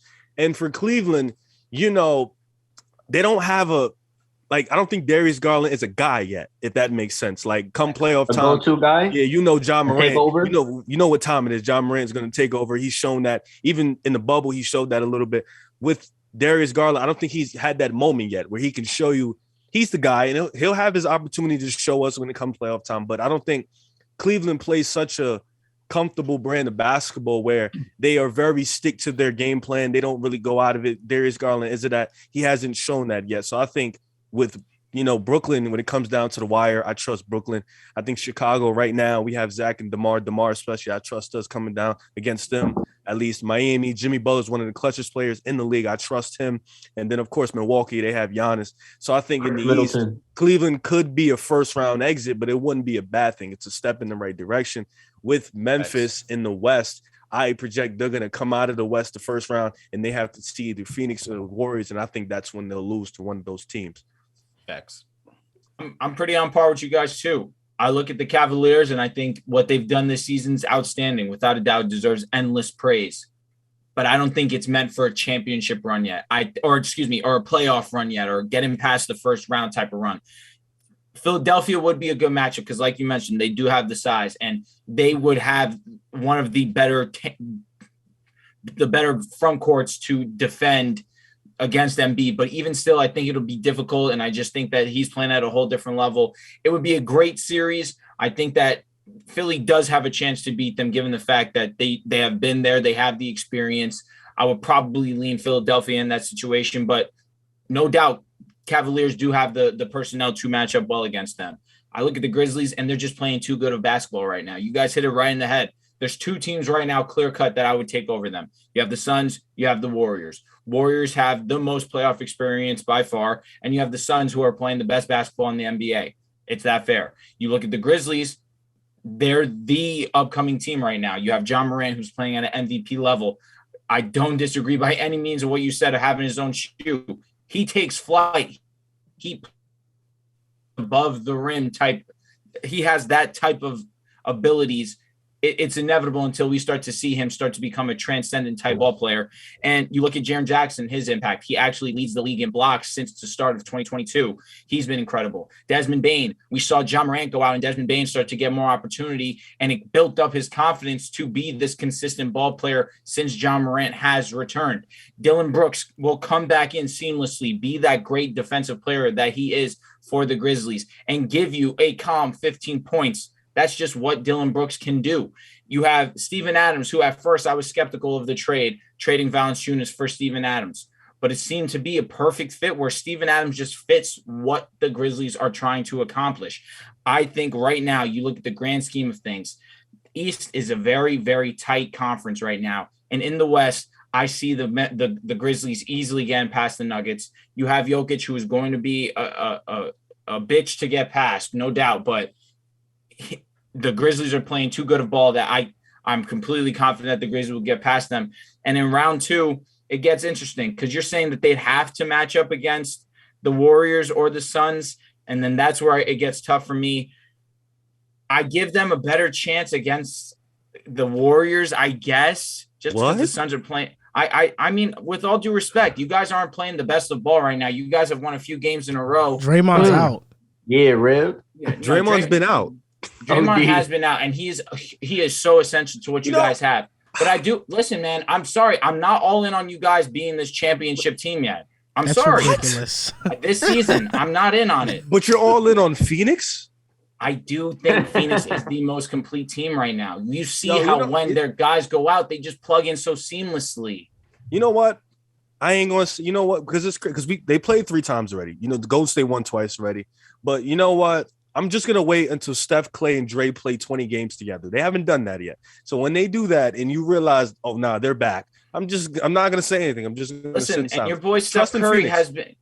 I do. And I've been very consistent with that. However, your boy Steph Curry needs to pick it up. He needs to pick it up lately. He's picked it up lately. He has, but I need to see it more on a consistent basis. He's that guy for sure. He's Steph Curry. Well, he averages 30 on Phoenix, so I think Memphis the efficiencies go up. I think Memphis is a year ahead of Cleveland. I mean, they've been basically in the playoff picture the last 2 years. They play-in team Ja's rookie season, made the playoffs last year, and now this year was the year they were supposed to take off. Cleveland caught us all by surprise, and like you mentioned, HP, the East is just far more competitive right now.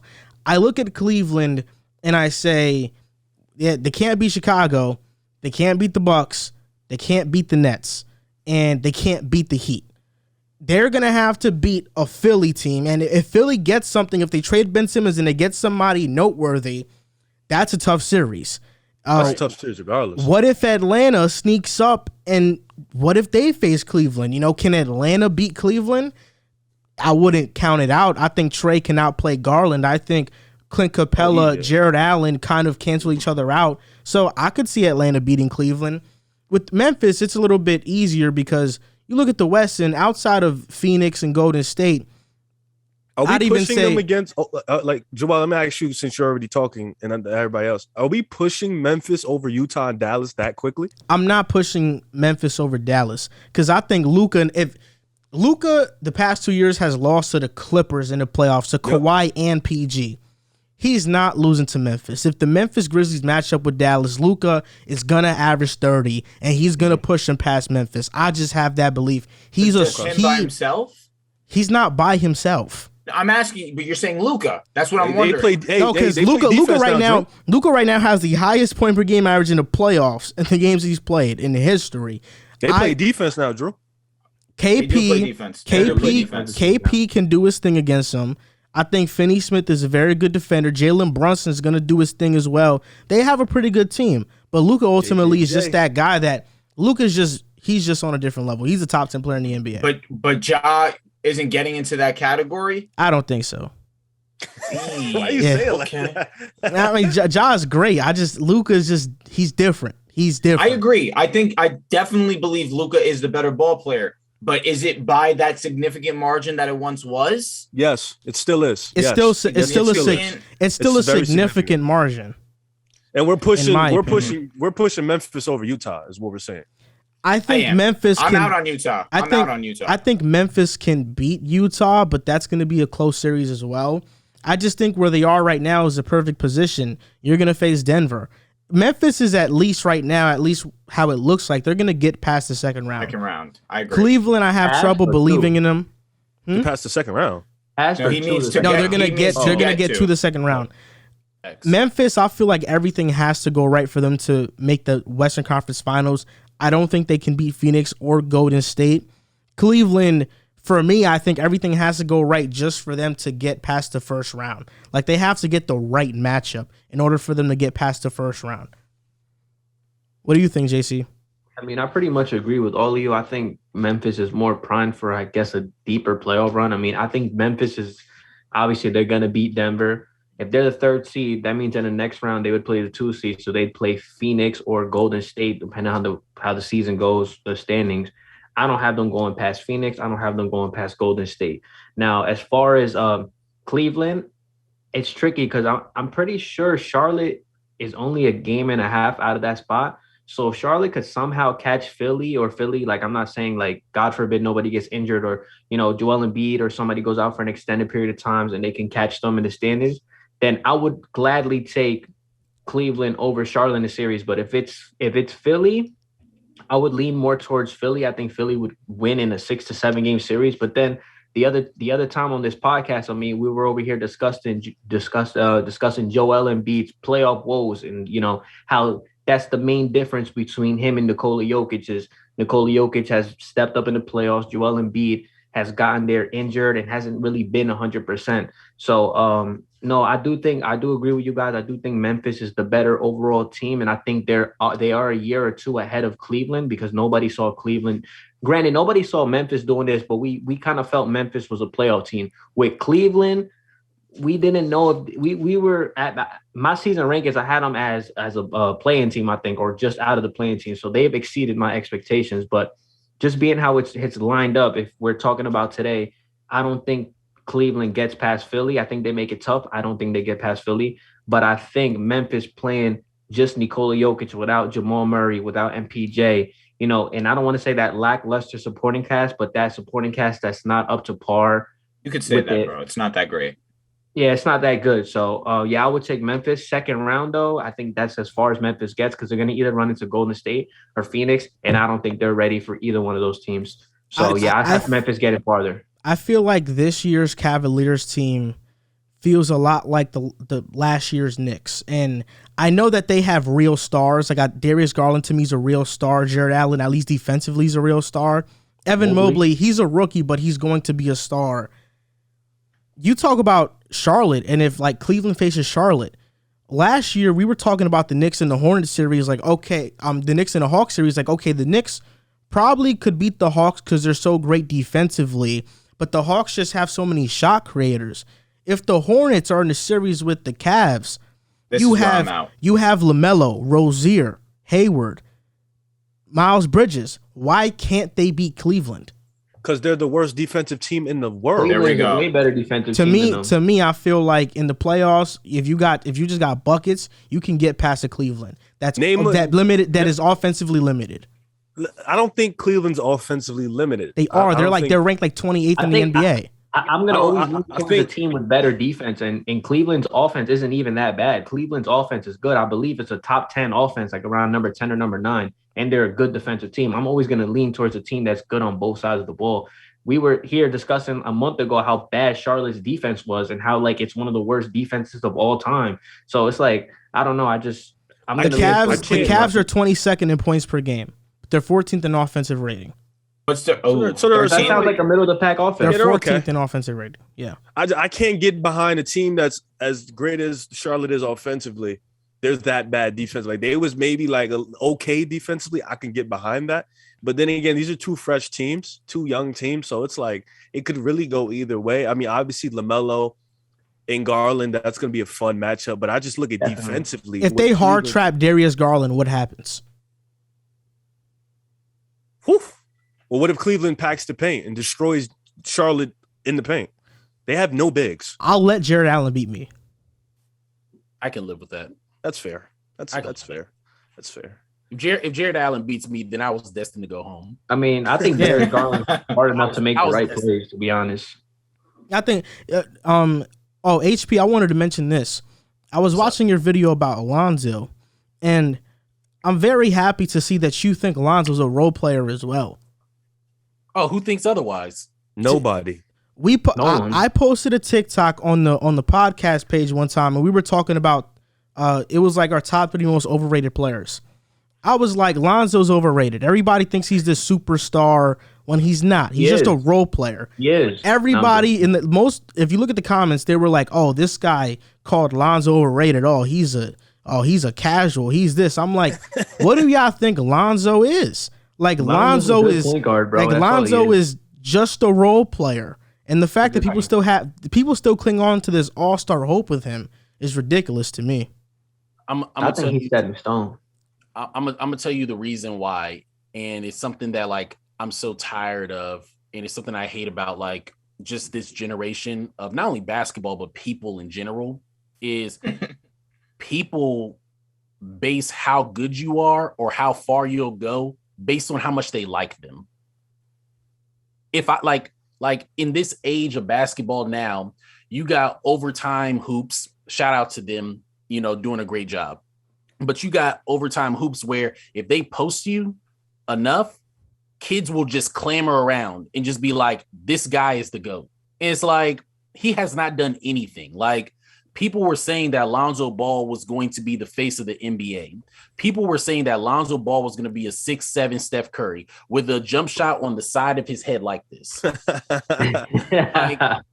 like anybody who has eyes could see that Lonzo was nowhere near that back in college. Now, does that mean that he sucks? No, I'm not saying that at all. He's a good player who has developed his game a lot. He has gotten a jump shot, and as a result, he's got paid good money, and he's going to be in the NBA for a very long time. And if he gets on a really, really good team, he might have one all-star in his career. One. But, yeah, make sure I say that. The emphasis, bro, because you got to be just clear and concise with people, because you give them an inch and they'll just be like, see, I told you Lonzo GOAT. He's gonna Andrew Wiggins it, basically. Andrew might get more than one. Don't do that to Andrew. He might, because he's playing such good basketball for the Golden State Warriors. But he's also putting up numbers. He's a top defender right now. He's hitting threes at a high level. Lonzo legit will have a game where he'll hit 6 threes in a row, and then we'll go 0 for 8 the next game. Like, is that true? Yes. Yes, especially when he was with New Orleans. New Orleans, I agree, but I feel like his career's gone on. He has his moments, Drew. I'm saying, as his career's gone on, I feel like he's definitely worked on his mechanics. He's become more of an efficient shooter, at least numbers wise, and definitely from the 3 ball. He's a role player, agree. But in terms of his shot, I feel like it's a little bit better than the 0 for 7. His efficiency is getting better as his years has gone. His efficiency is better, but teams still leave him open. Like, not as much as they once did. It's a mistake. Sometimes it's not. Yeah, that's basketball. That's basketball. I'll say this: if Lonzo Ball hits 8 threes on me, I was meant to die anyway. Like, I'm on that train still. Like, don't get me wrong. Like I said, Lonzo has developed. His jump shot looks way better. And because of that, he's going to be in the league for, God forbid any injury, he's going to be in the league for at least the next 10 years. Yeah, I agree. And that's what I've always said about Lonzo. And it's funny because when he first got traded to Chicago, I was like, he's not going to get the ball much. He's literally going to be what he was with the Pelicans, a spot-up shooter, a great defender. Everybody thought, no, he's going to be a role player. He's going to be running the offense. He's going to be facilitating. I'm like, you're giving him the ball over Levine and DeMar. And that's just the Lonzo defect. He just has such a big fan base that people, like you said, base off how good he's going to be over how many fans he has and how much they like him, basically. Yeah, like Levine and DeRozan get their buckets in ISO. They need the ball. They want, 4 or 5 dribbles into getting their shot. Lonzo passing them the ball isn't going to be in the equation to that. If Lonzo wants to remain a focal point, or a piece, I should say, to any NBA team, he has to develop his jump shot, which he has done. And as a result, he's going to be in the league for the next 10 years. But I never in my life thought that he wasn't going to be anything close to a star. He wasn't going to be the sun. He wasn't going to be my nightlight. He wouldn't be any of that. Wasn't. So this is going to do it for episode 150 of the Pick a Side podcast. We want to thank Hoop Politics, a.k.a. Sigourney Jackson, for being on the show. I hope I said that right. Sigourney, yep. Sigourney. Okay. Yeah, y'all are all good, man. Look, I really appreciate you guys for having me on. This has been like the coolest experience. I'm not saying that because I'm on here. This has been like the coolest experience I've ever been a part of for a podcast. I can't wait to do it in person. Y'all are going to blow up. Y'all are doing great. And I'm just so blessed and appreciative to have y'all on here. We appreciate it, man. We're gonna see how the love, bro. We're gonna see how these TikTok clips do, man. Let's see what the comments looking like. Before everybody go, Nets or Warriors? Who y'all got? I got the Nets. James Harden's not playing, so I got the Warriors. Oh yeah, I got the Warriors. Just Kyrie? No. Just Kyrie's playing. Yeah, I got the Warriors then. Yeah, Warriors are gonna win. Warriors. Damn.